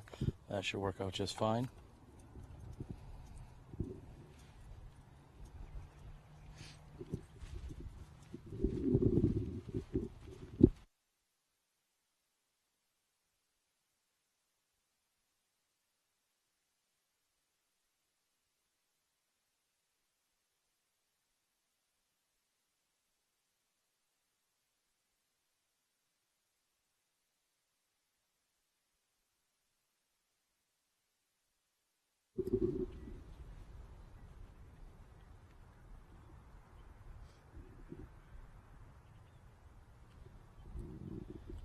Seppo's putt looks like it had stopped for him. A little bit of headwind all of a sudden picked up on him, and that lifted his disc. However, it did stop on that left-hand side.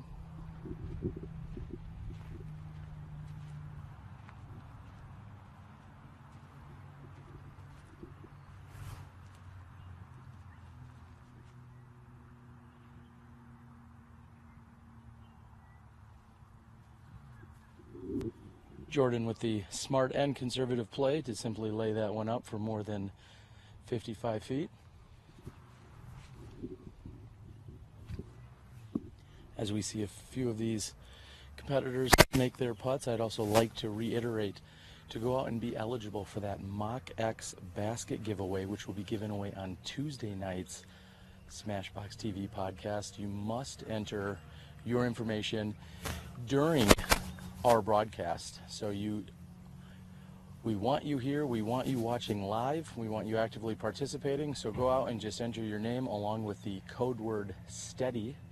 That is today's secret code word. Make sure you enter it in during our live broadcast time frame. If you're watching it on tape delay, unfortunately you are ineligible.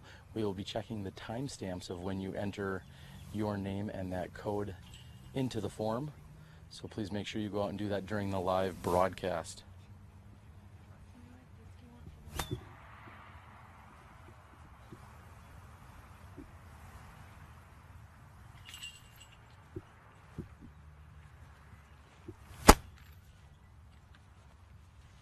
And as Max and Jordan clear out, in a moment we're going to wait for our competitors to go ahead and throw here on hole number 9.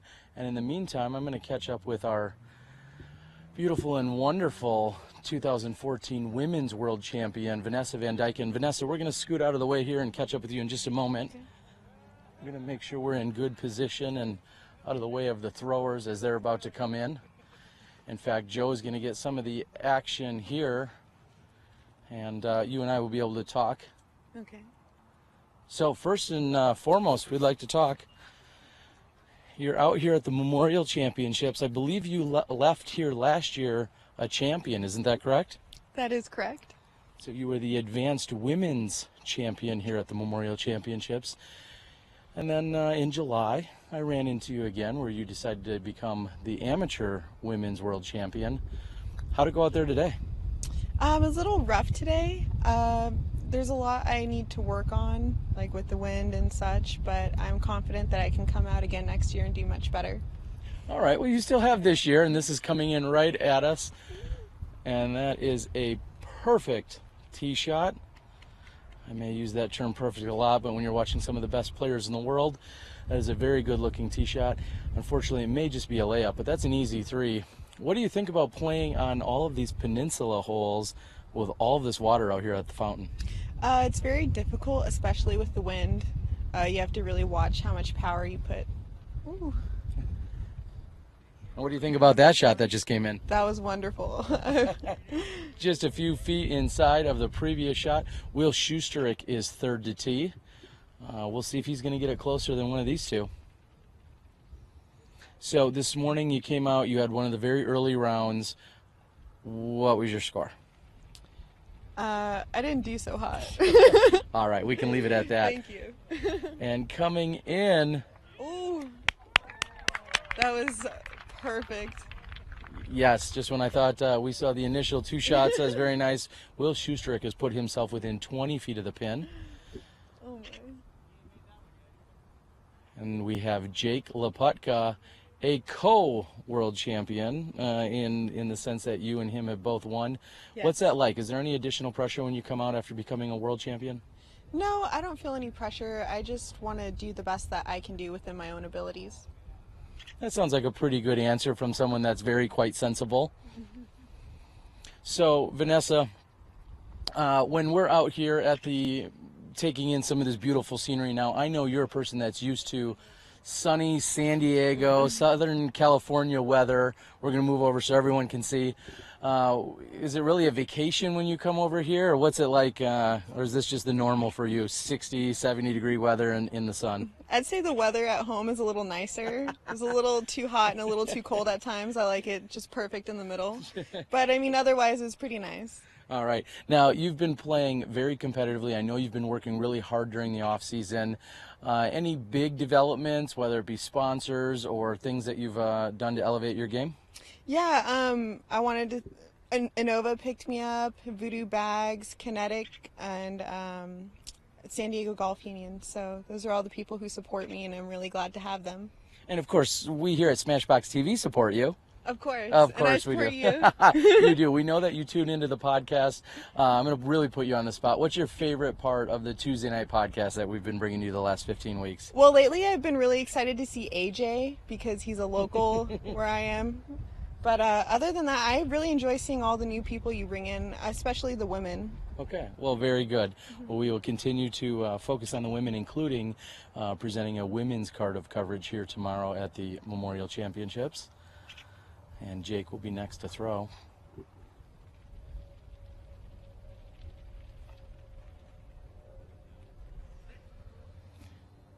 And maybe just a little too much. I'm sensing from the gallery off of another peninsula. We get the not safe sign, the big X. Fortunately, just a little bit too much power out of Jake.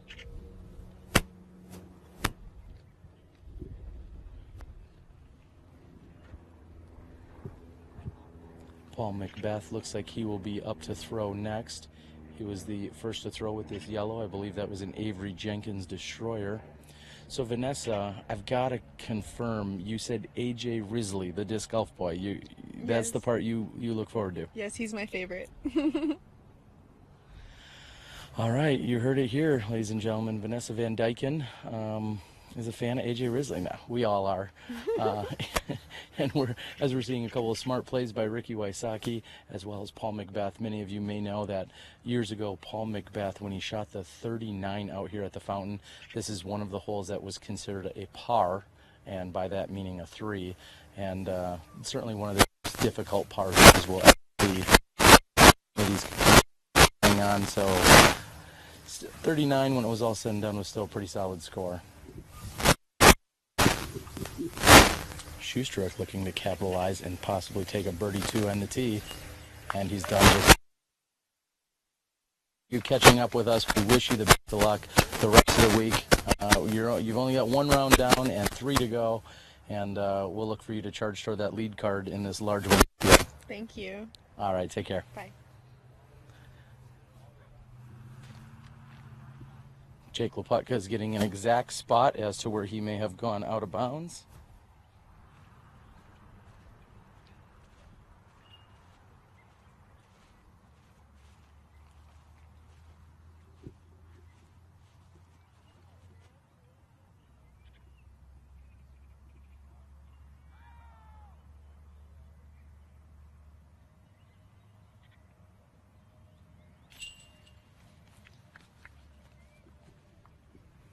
Jake's able to save the bogey 4 by making that putt.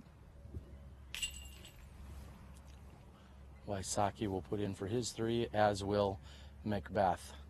We've got a little bit of a walk up to hole number 10. We're also going to have to stand down for a few technical changes here, and we're going to shortly be back with you, and we're going to have a whole preview by none other than 3-time world champion Nate Doss. Again, you're watching first round coverage here at the 2015 Memorial Championships presented by Discraft.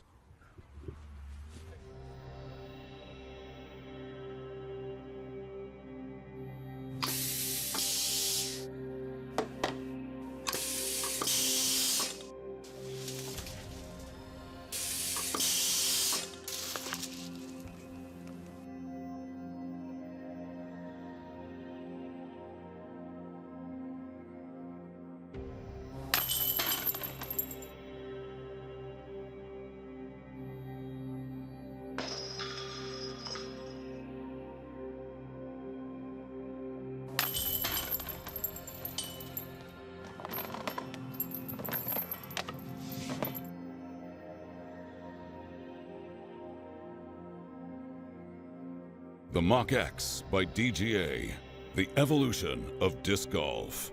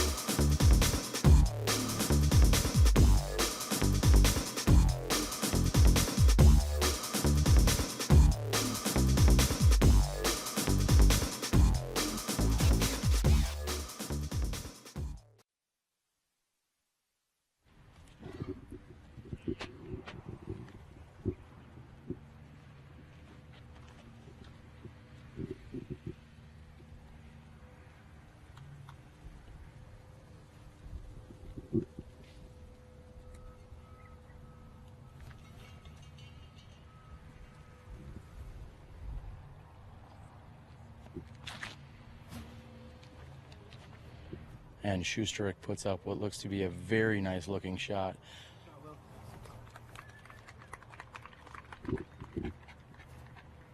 Paul McBeth going with a star Avery Jenkins destroyer here.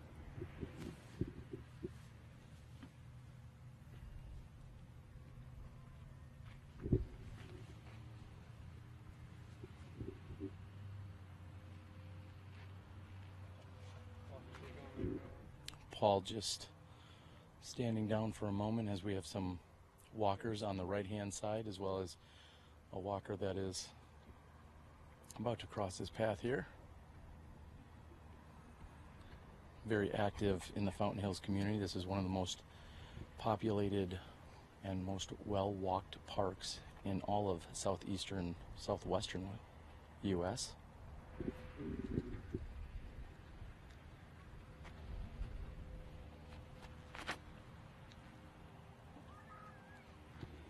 And McBeth looks like he comes up a little bit short. He was not particularly thrilled with that shot.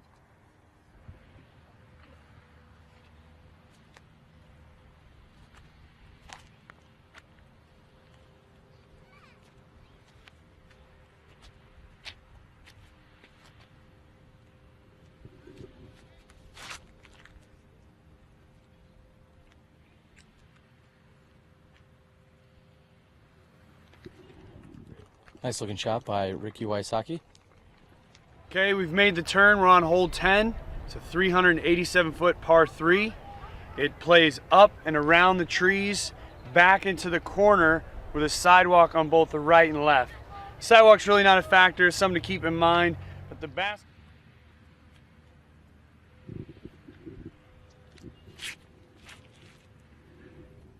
And Laputka looked like he released it a little bit too early, and he needed some more power to be able to get there. Okay, we've made the turn. We're on hole 10. It's a 387-foot par 3. It plays up and around the trees, back into the corner with a sidewalk on both the right and left. Sidewalk's really not a factor, something to keep in mind, but the back. We're going to be seeing more aerial shots as we head over to the Vista del Camino course tomorrow. Pete, not only a very talented aerial drone flyer and video grabber for us, but also competing here in the open division along with his brother Paul.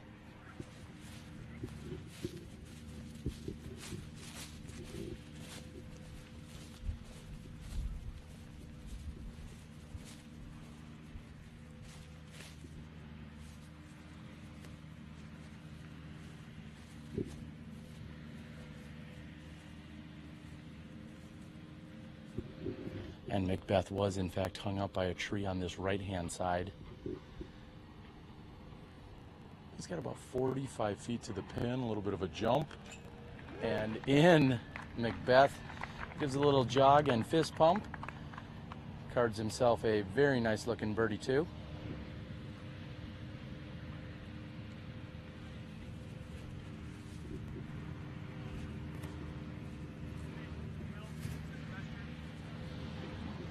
We see some of the shadows that are cast upon us here out at the gorgeous Fountain Hills course as we're now moving into 4:35 Mountain Standard Time. Seems to be some confusion as to who's out, and looks like Jake is going to be up to putt next. And Jake, again, just outside that circle's edge I've been referencing and will reference all week. Gives everyone at home a really good indication of how far away our players are. That circle marked at 10 meters, which is 32 feet and 8 inches, we'll call it.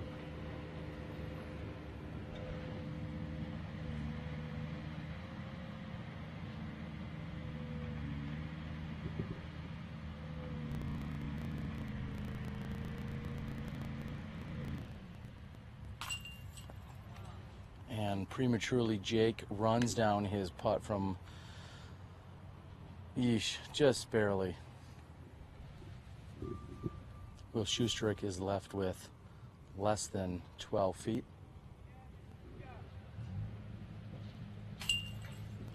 And barely getting over that edge of our DGA Mach X. Schusterick makes good. Wysocki should have no problem cleaning up from 10 feet. And that is hole number 10. We are more than halfway complete here as Jake's going to tap in his putt for the par 3. We have 3 birdies and a par by Jake. We're going to move over to hole number 11. Let's see what Valerie Jenkins has to say about how she'll attack hole number 11. All right, here we are at hole 11. It's 394 feet. We have some elevation. This hill is just slanting, so the elevation can play your disc all the way down to the water or definitely across the road and the sidewalk. So you want to just have a nice straight shot. You'll see around the basket there's a few palm trees, so those can get in the way when you're putting, but this is a good birdie opportunity.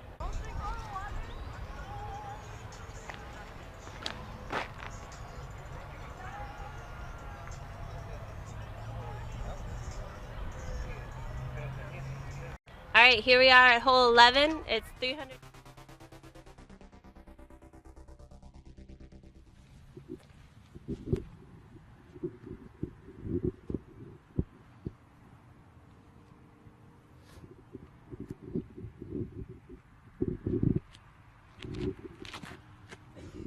Schusterick going with a low forehand on the left-hand side, skips up and to the right. Schusterick's going to be left with a birdie putt from inside the circle.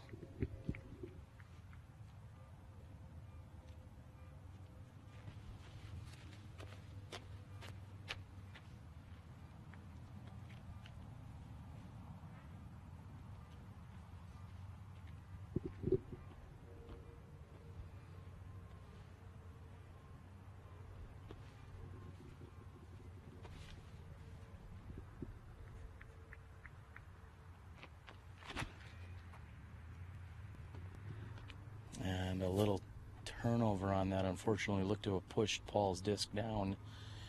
Hole number 11 measuring in at 390 feet. Slight headwind, and we've got Ricky Wysocki lining up with a forehand shot.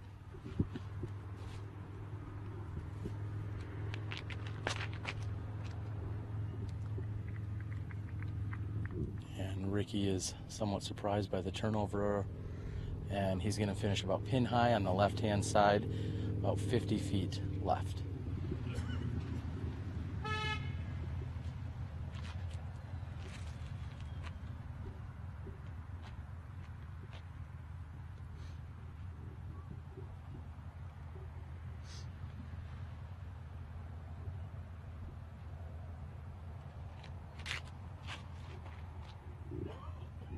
And Jake's going to need for that to sit down, otherwise it's going to carry wide left off the pavement, and unfortunately he is OB on the left-hand side.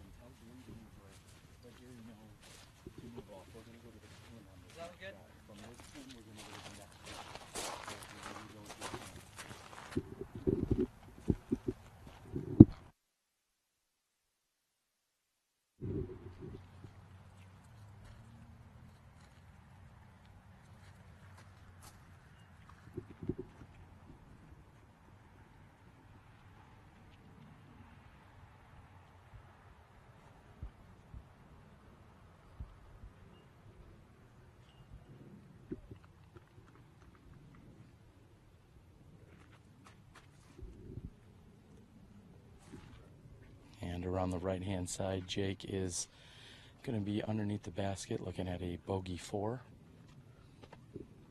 Looks like Paul McBeth over to our right on the hillside is going to be putting next. Paul is at least 75 feet from the pin.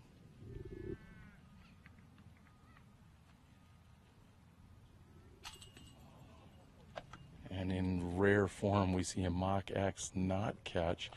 It was a little bit on that right-hand side. Normally anything that gets near one of those baskets pulls it in. Wysocki is about 45 feet left of the pin, maybe 50. And it doesn't matter when you putt that well. Ricky Wysocki makes good.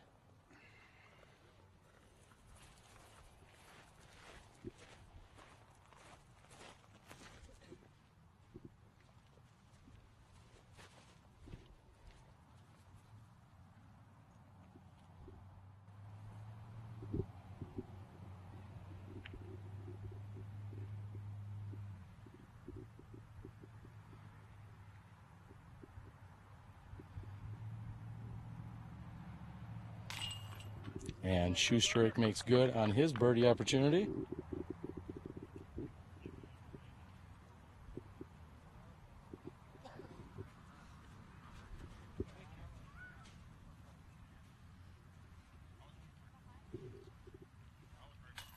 Jake puts in, and McBeth is going to settle for a par 3.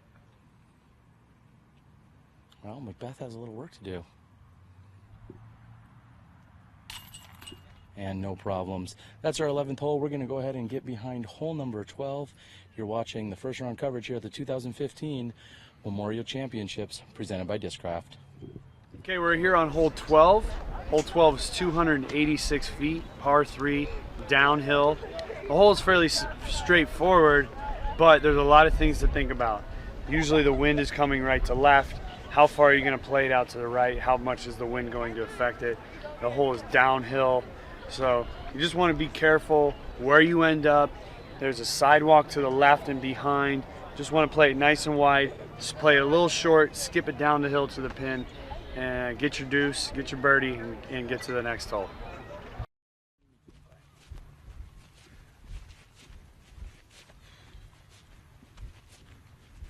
They're all going to be going big hyzer around that palm tree. That one? That one.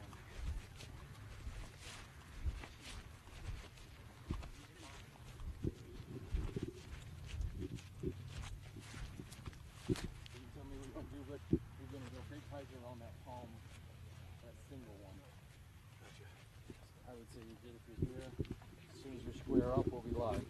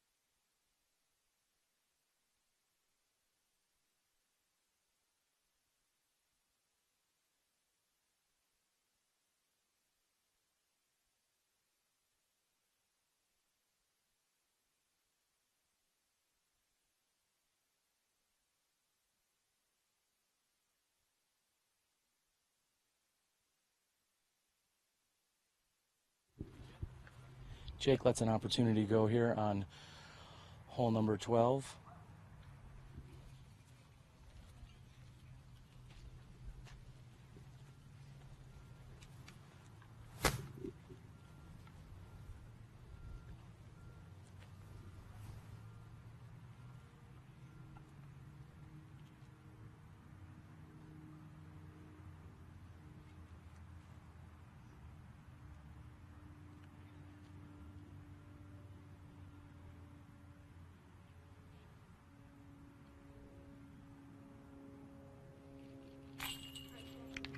And Will Schusterick makes good as he came within 25 feet of the pin, coming just past it.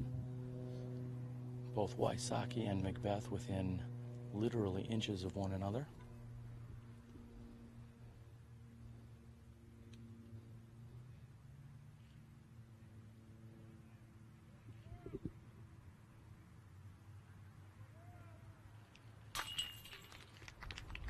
As expected, McBeth makes good from inside the circle. Wysocki just a few inches in front of that. I expect the same of him.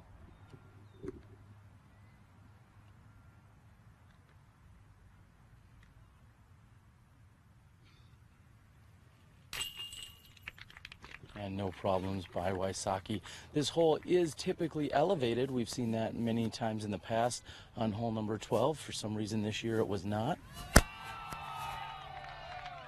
And we're hearing a loud roar from the gallery. It looks like Jordan Castro by Celebration. We're seeing Jordan Castro going up, and he's going to hustle it down. We're watching Jordan Castro make his way down. Seems as if he has taken an ace. And very nice by Jordan. And while he does that, we're going to move behind upwards of hole number 13. We're going to move up toward the pin on 13. Jordan has just aced.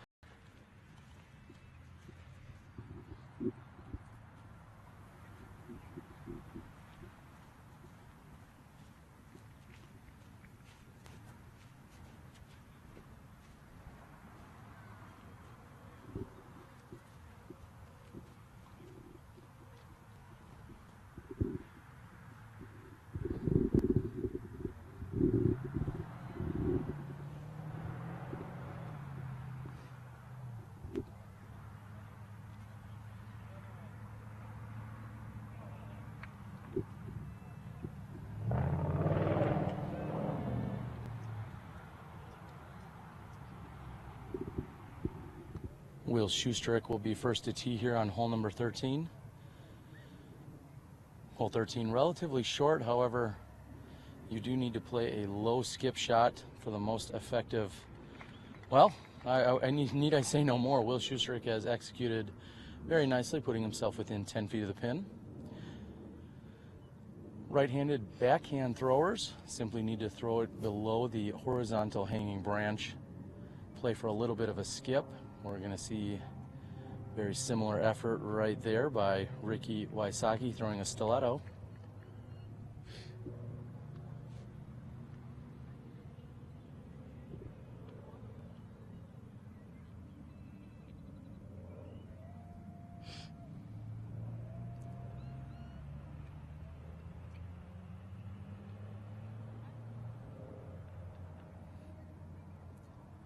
Paul McBeth's shot is coming in nicely. He's also getting a skip, but a little bit more, and he's going to be on the downward slope. However, he's left himself about 15 feet to the pin and at least 5 to 8 feet of elevation there.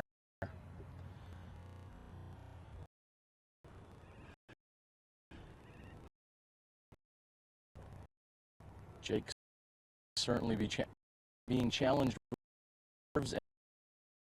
He is playing with three of the best competitors in the sport of disc golf. He does have the Am World's title to his name. However, playing with the top three in the game is certainly a little bit daunting to open up your Memorial Championships week. We'd like to, of course, send a congratulations out to Jordan Castro for his ace on hole number 14.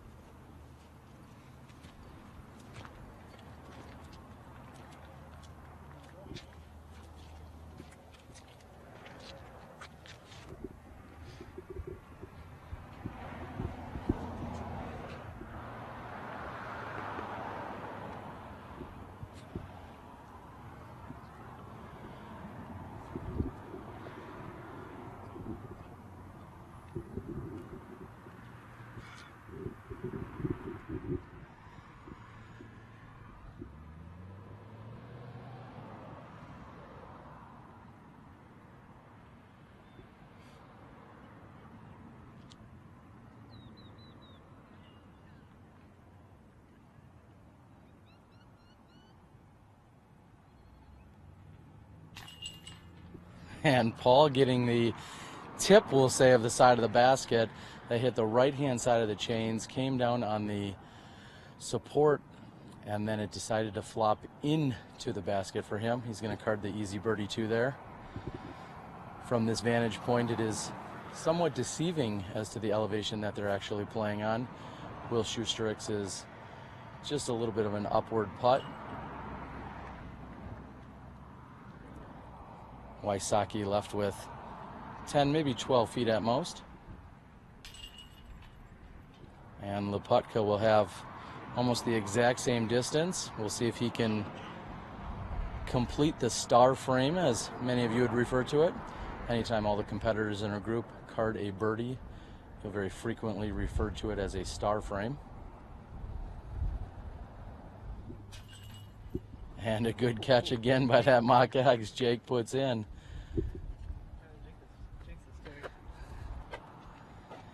Absolutely gorgeous views out here.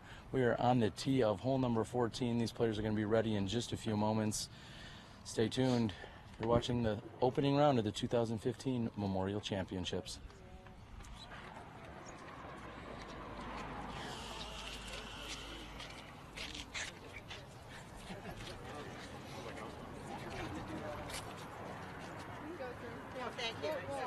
Everybody will move a little. There we go. She can make a pass.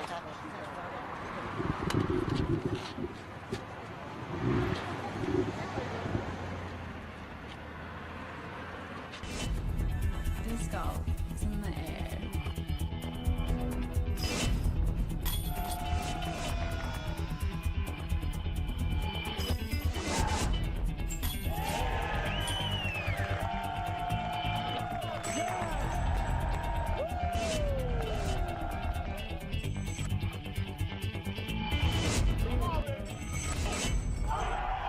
Join the excitement at pdga.com.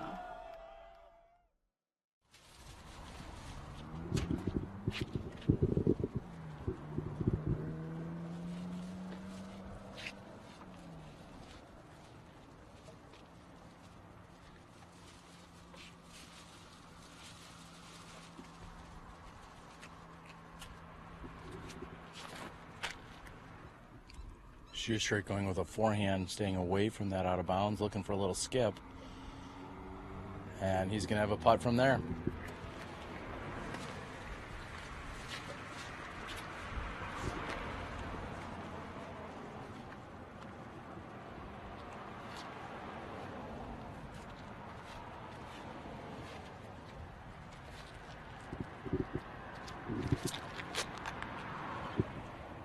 Wysocki also going with a forehand, however his is wider, and he still gets a good finish to it. He'll have a putt for birdie 2.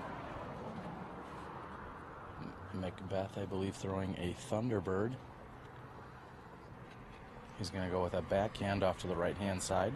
There's a slight headwind out here that he's going to have to contend with.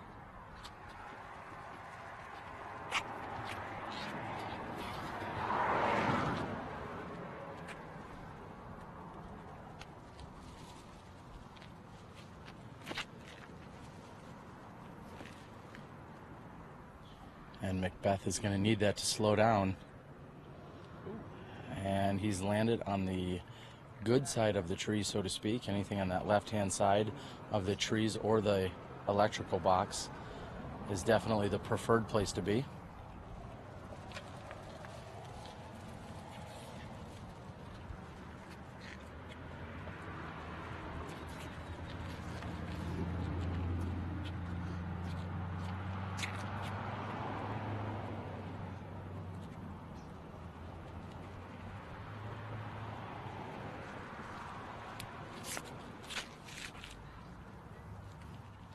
And going with a little bit of an overstable turnover, Jake's got a very nice approach, and we'll see if he can get the birdie from there.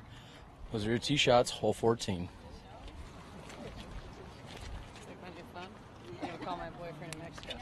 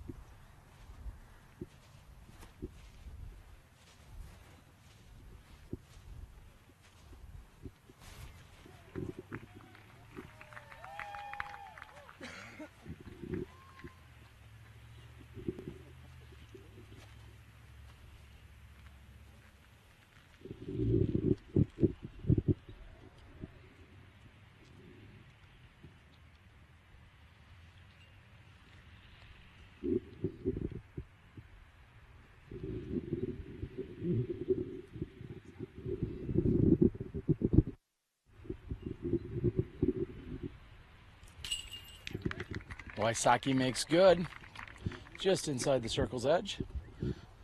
Will Schusterick directing a little traffic, saying that Paul McBeth is next to putt.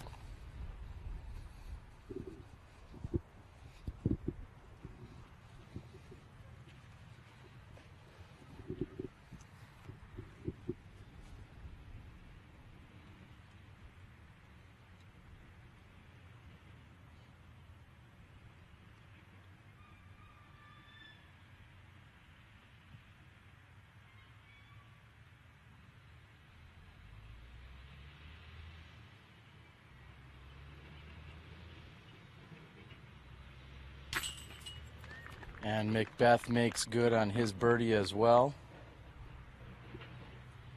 Will Schusterick left with just about the same distance, 15, maybe 17 feet at most.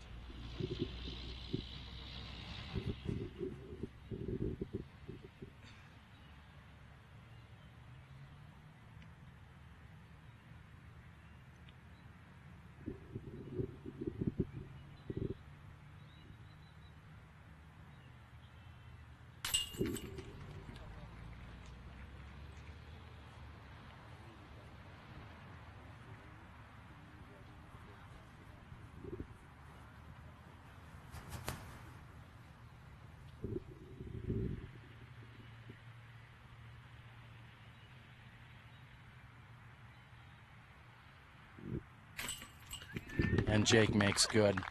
That is through hole number 14. In just a few moments, we're going to see our players move over here to hole number 15, which used to be a different hole before they reconfigured the layouts here.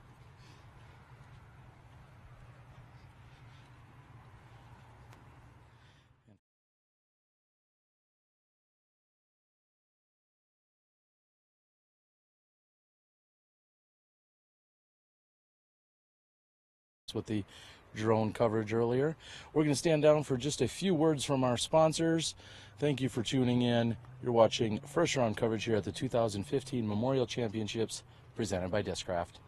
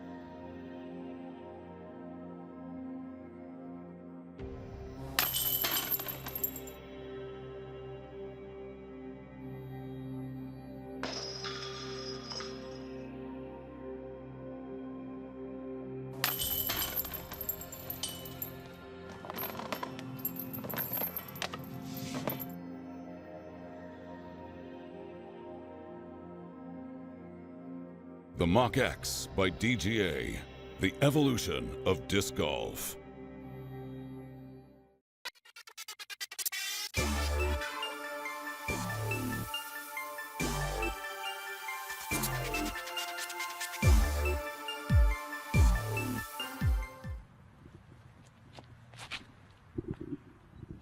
We have moved over here to hole number 15.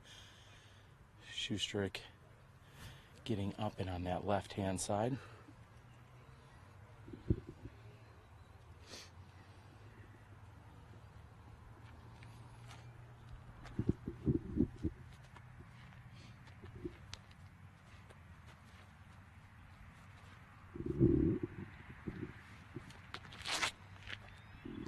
Ricky Wysocki giving it a full pullback.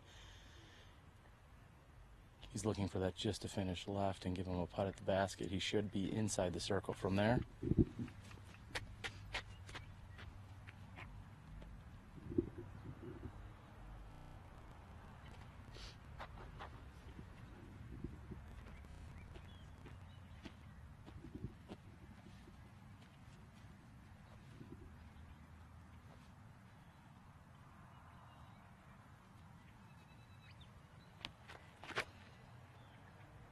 And Paul McBeth going a little bit wider. He's going to need that to push to the left.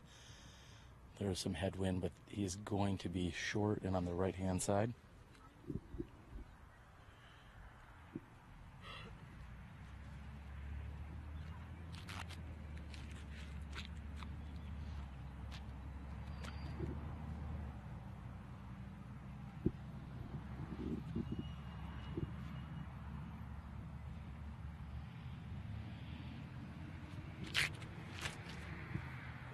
And again, Jake Laputka did not get over enough on that.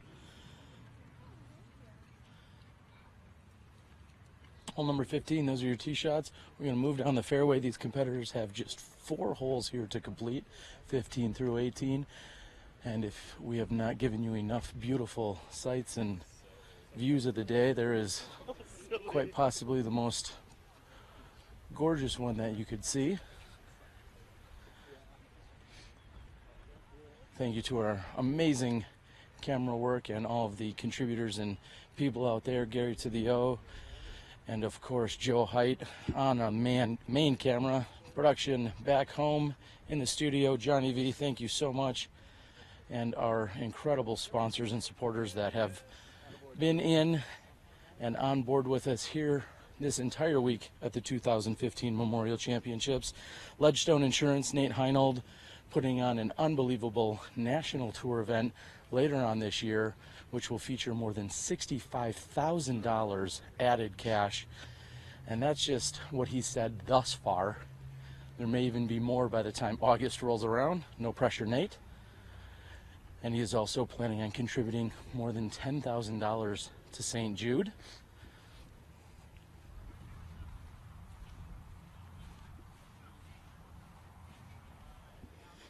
We also have DGA, Spinners, Plastic Addicts, Sail On, and the Professional Disc Golf Association along with Vera Disc.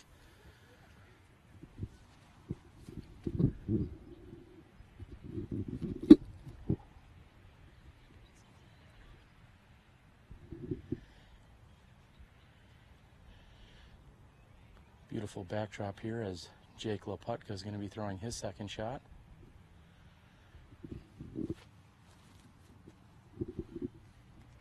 That'll work out nicely. He's got 15 feet for par.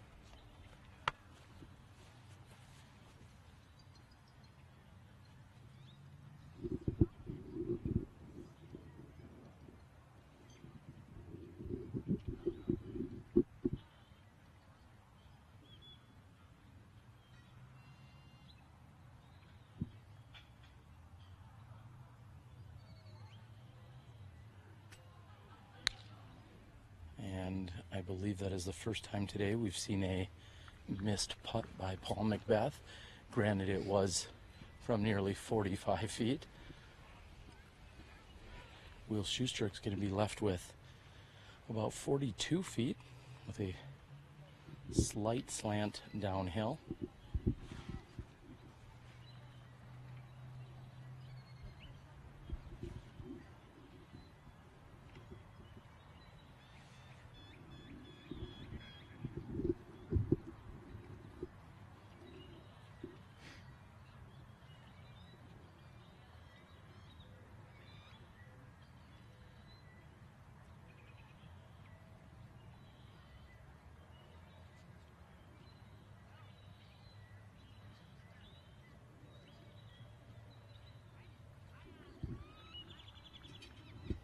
And Schusterick's putt is up and on the left-hand side. Unfortunately, as I mentioned, that is a downward slope. He may be faced with a very difficult comeback putt.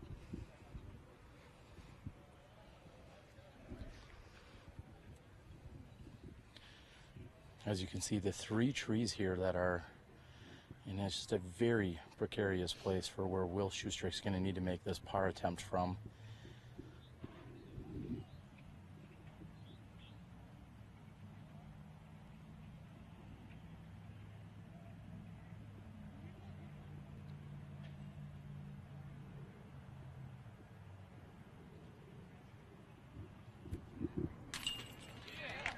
And with a fist pump, Will has to be excited about that. Even a little sigh of relief that I saw him exhale after that.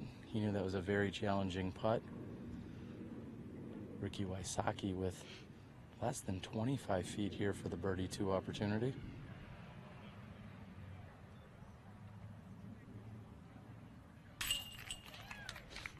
And Rick doing what Rick does, which is make putts. No problems for Rick. Laputka's hoping to take his par 3 and move on.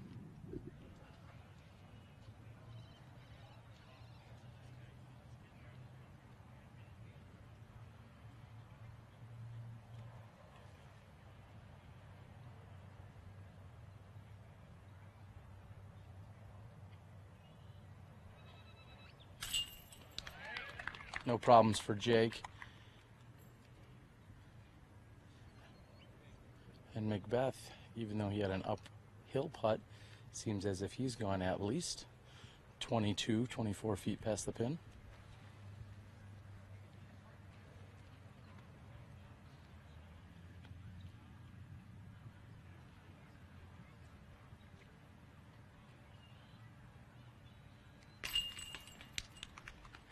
And not quite as solid as normal, but Paul McBeth does make good. We're going to back up onto hole number 16's basket. In fact, we're going to even hear a hole preview on hole number 16 from yesterday's birthday boy, Gary to the O. Hi, I'm Gary to the O. This is hole 16 at Fountain Hills. It's about 360 feet. There's a Mando to the right. It's really sunny out here and it's bothering my eyes, but you're going to hang out a hyzer and go for the birdie.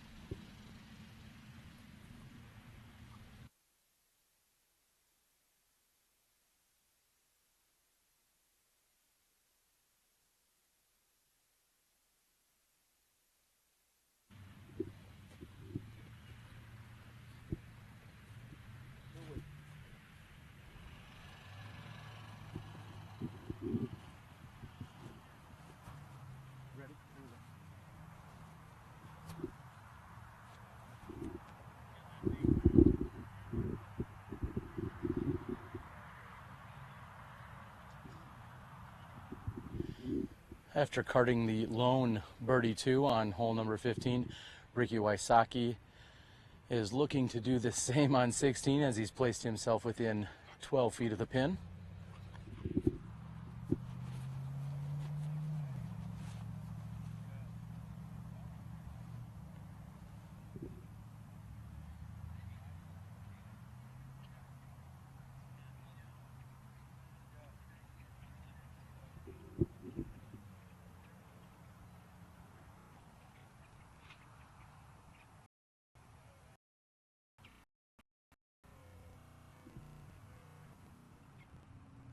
Schusterick with a high hyzer coming in nicely and landing closer than Ricky. However, after the roll, it looks like he's approximately 3 feet further away than Ricky Wysocki, still safely inside the circle.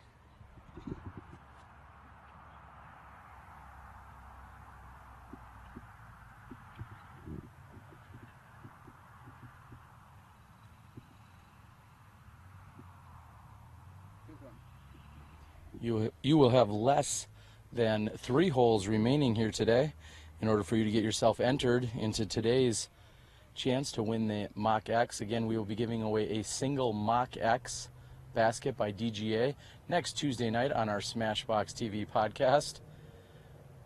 As Paul McBeth says he can get even closer than the other two gentlemen. So make sure you go out to the website. You must do so during the live portion of our broadcast, otherwise you are ineligible. Go out to bit.ly/mockx. That's bitly.com/mockx. MACHX. Secret word, steady. Enter that in anytime between now and when these competitors play hole 18, and you will have one entry of 4 possible to win that MockX come Tuesday night when we give it away on our live SmashBoxxTV broadcast.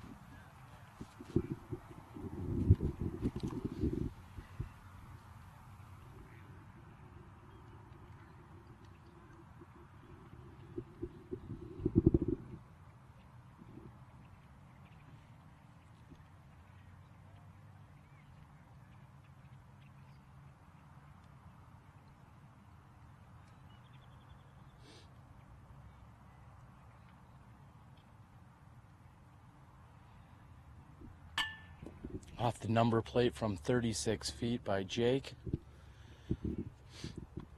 Looks like Will Schusterick will likely be next to putt.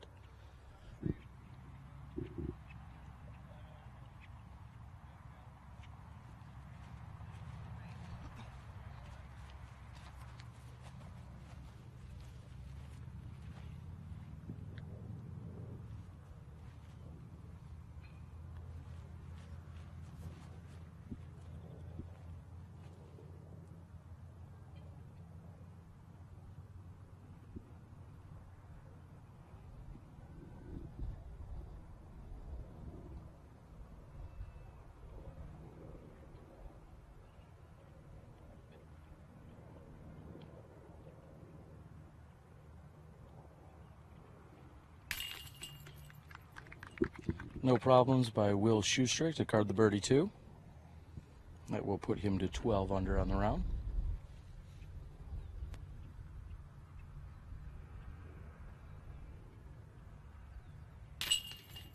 The birdie also puts Paul McBeth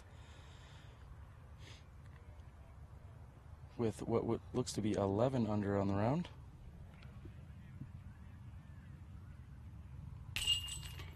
And Ricky Wysocki puts in for the birdie 2 as well.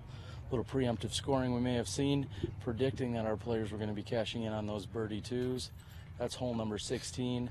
We're going to move on over. We'll be back with you in just a few moments from gorgeous hole number 17. Here we are, hole 17 at Fountain Hills, one of the most scenic, beautiful shots on the course. It plays about 500 feet downhill towards the lake. The basket nestled in between these palm trees here, and I have a feeling it's going to matter this year. This is one that it plays very long, but you can deuce it. It's wide open.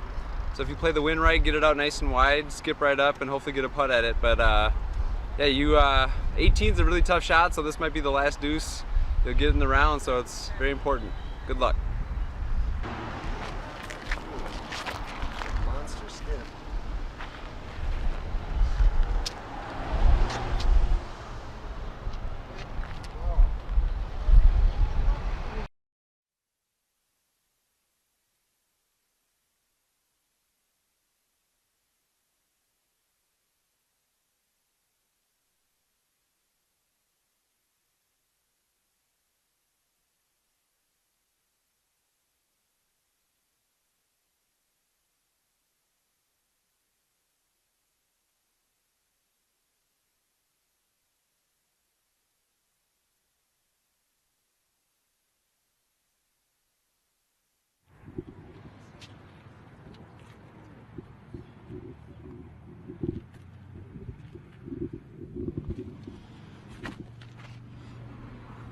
gorgeous hole number 17, and Ricky Wysocki has thrown a beautiful shot. It looks like he needs to finish just a little bit more left. He's hung it out wider than he was hoping for. There is a right to left window here. I know he was factoring that in on his release. However, it looks like he could have used just a little bit more skip. I believe this is a D1 by Will Schusterick.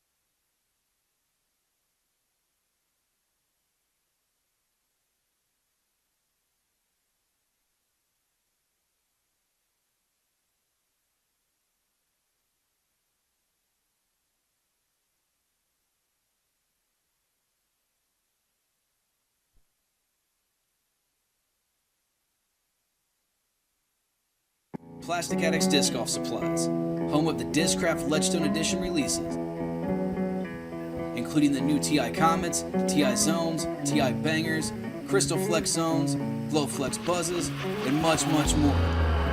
Be on the lookout for the next Ledgestone release on March 25th. Plastic Addicts also carries a full line of products by the top companies revolutionizing the sport. Plastic Addicts also has a full line of custom Plastic Addicts apparel, including hoodies, hats, dry fits, thermals, patches, towels. Need disc golf supplies? Look no further. Plastic Addicts for all your disc golf cravings.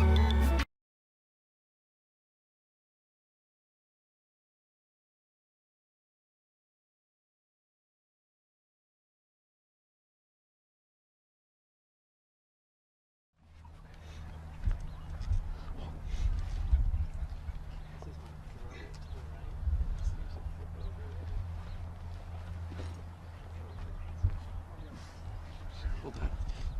Talk with me.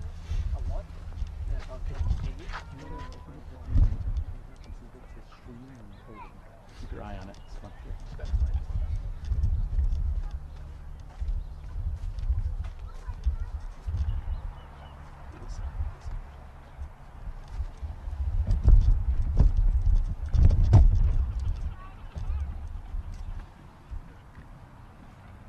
Good.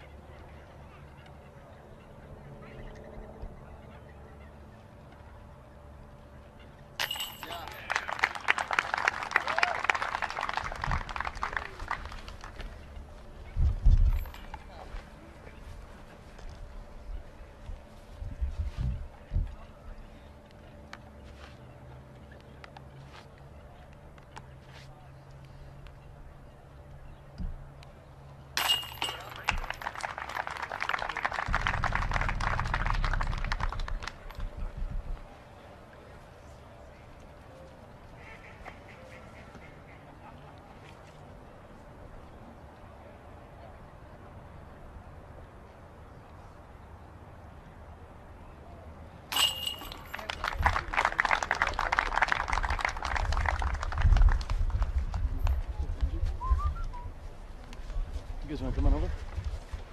You want to count scores first? I've had a problem with this. That's making it worse. Come on in nice and close. Too soon. We can watch that. Yeah. Three, Paul.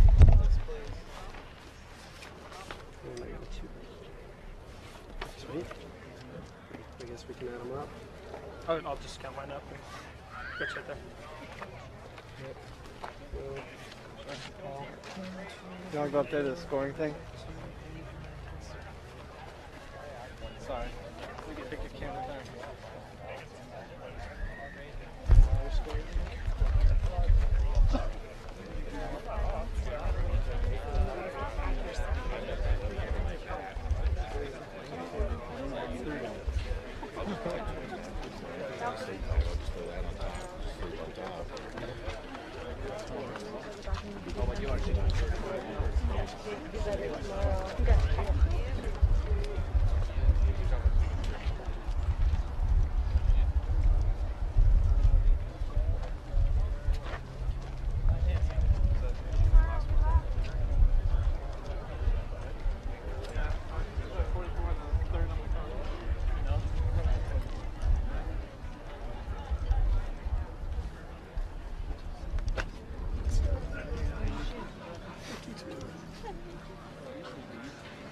Would you shoot?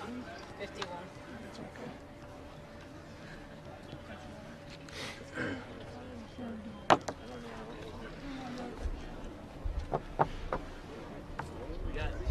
Did you get one of them big? Why I got thrown in the water? We're going to do a group shot. Okay. How many are in your group? 3 or 4? 4. At least Jake finished under. He just 2'd that to go under. 1 under. Hey Anthony, any no-hitters lately? Oh, you haven't? What's up? 51? 52. 52, you're making everything. What's up?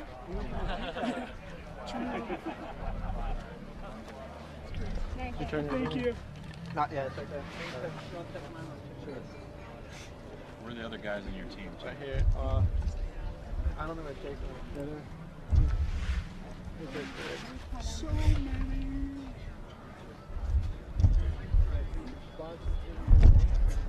Yeah, 60 notifications right now.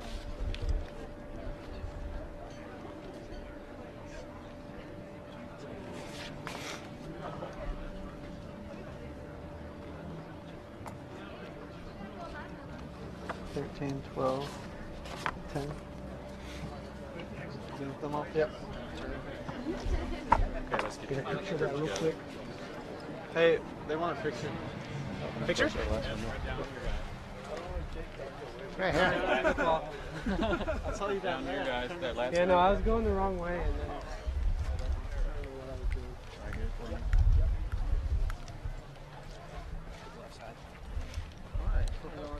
That works. Here we go. One more. Awesome. I got. All right, since you guys are already here, how are we doing today? Great. Good. All right, loud and clear. We're going on like 4 hours of live coverage here on SmashBoxx, so thank you guys all for joining us. I didn't get the chance to keep up on all the scores. Who shot good? Oh, Ricky. Okay.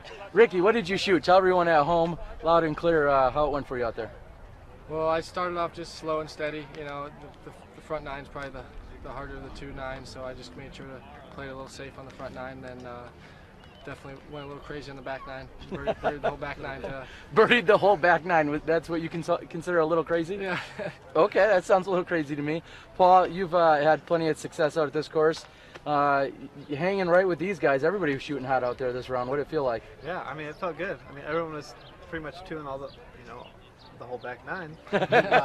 But I had some slip-ups in there. But I'm still up there with these guys. All right, and Will, knowing that all these scores came in that they did, do you feel like the 3 of you might be maybe even seeing each other tomorrow afternoon? I don't know the other scores actually right now. Okay. But I know that we all played pretty good. I think we pushed each other pretty close. I don't know what Ricky's talking about starting off slow. He birdied 6 out of the first 9. That's pretty slow. Everybody's got a different definition, Yeah. I guess. Yeah. All right, now was that part of your intention to intimidate our new up-and-comer, Jake? What was it like playing with 3 of the best players in the world? It was incredible. I mean, watching these guys just throw the shots that they're throwing is so awesome. And I'm not really known for throwing very far, so it's really cool to see these guys just come out and throw massive hyzer bombs and hit some huge putts. And I hung in there. I played my game. I had a few slip-ups, but I'm happy with how I shot today. Hopefully I can improve on that on Saturday if I'm back. All right. Well, this was the first round at the 2015 Memorial Championships presented by Discraft. We were so happy to bring it to you here on SmashBoxxTV. We felt that everything went relatively smooth today. We hope that all of your fans and all of the people out there got to sit back and enjoy all of the action. Of course, we're going to be here the rest of the week, as well as a podcast every single night starting at 8 p.m. Mountain Time. Any final parting shots from the 4 of you? Jake, any final thing to say here on your... Nice shooting, guys. That was awesome. That was so much fun. Thanks for coming out, Terry. Absolutely. Doing live Keep coverage. watching. Yeah, Keep watching. Thanks All right. everybody for watching. For all of these guys here on our last card of the day, I'm Terry Miller, the Disc Golf Guy. For everyone else out there that was watching, all of our Smashies and all of our friends and family out there taking it all in, we appreciate it. And we'll see you guys tomorrow when you step inside the Smash Box.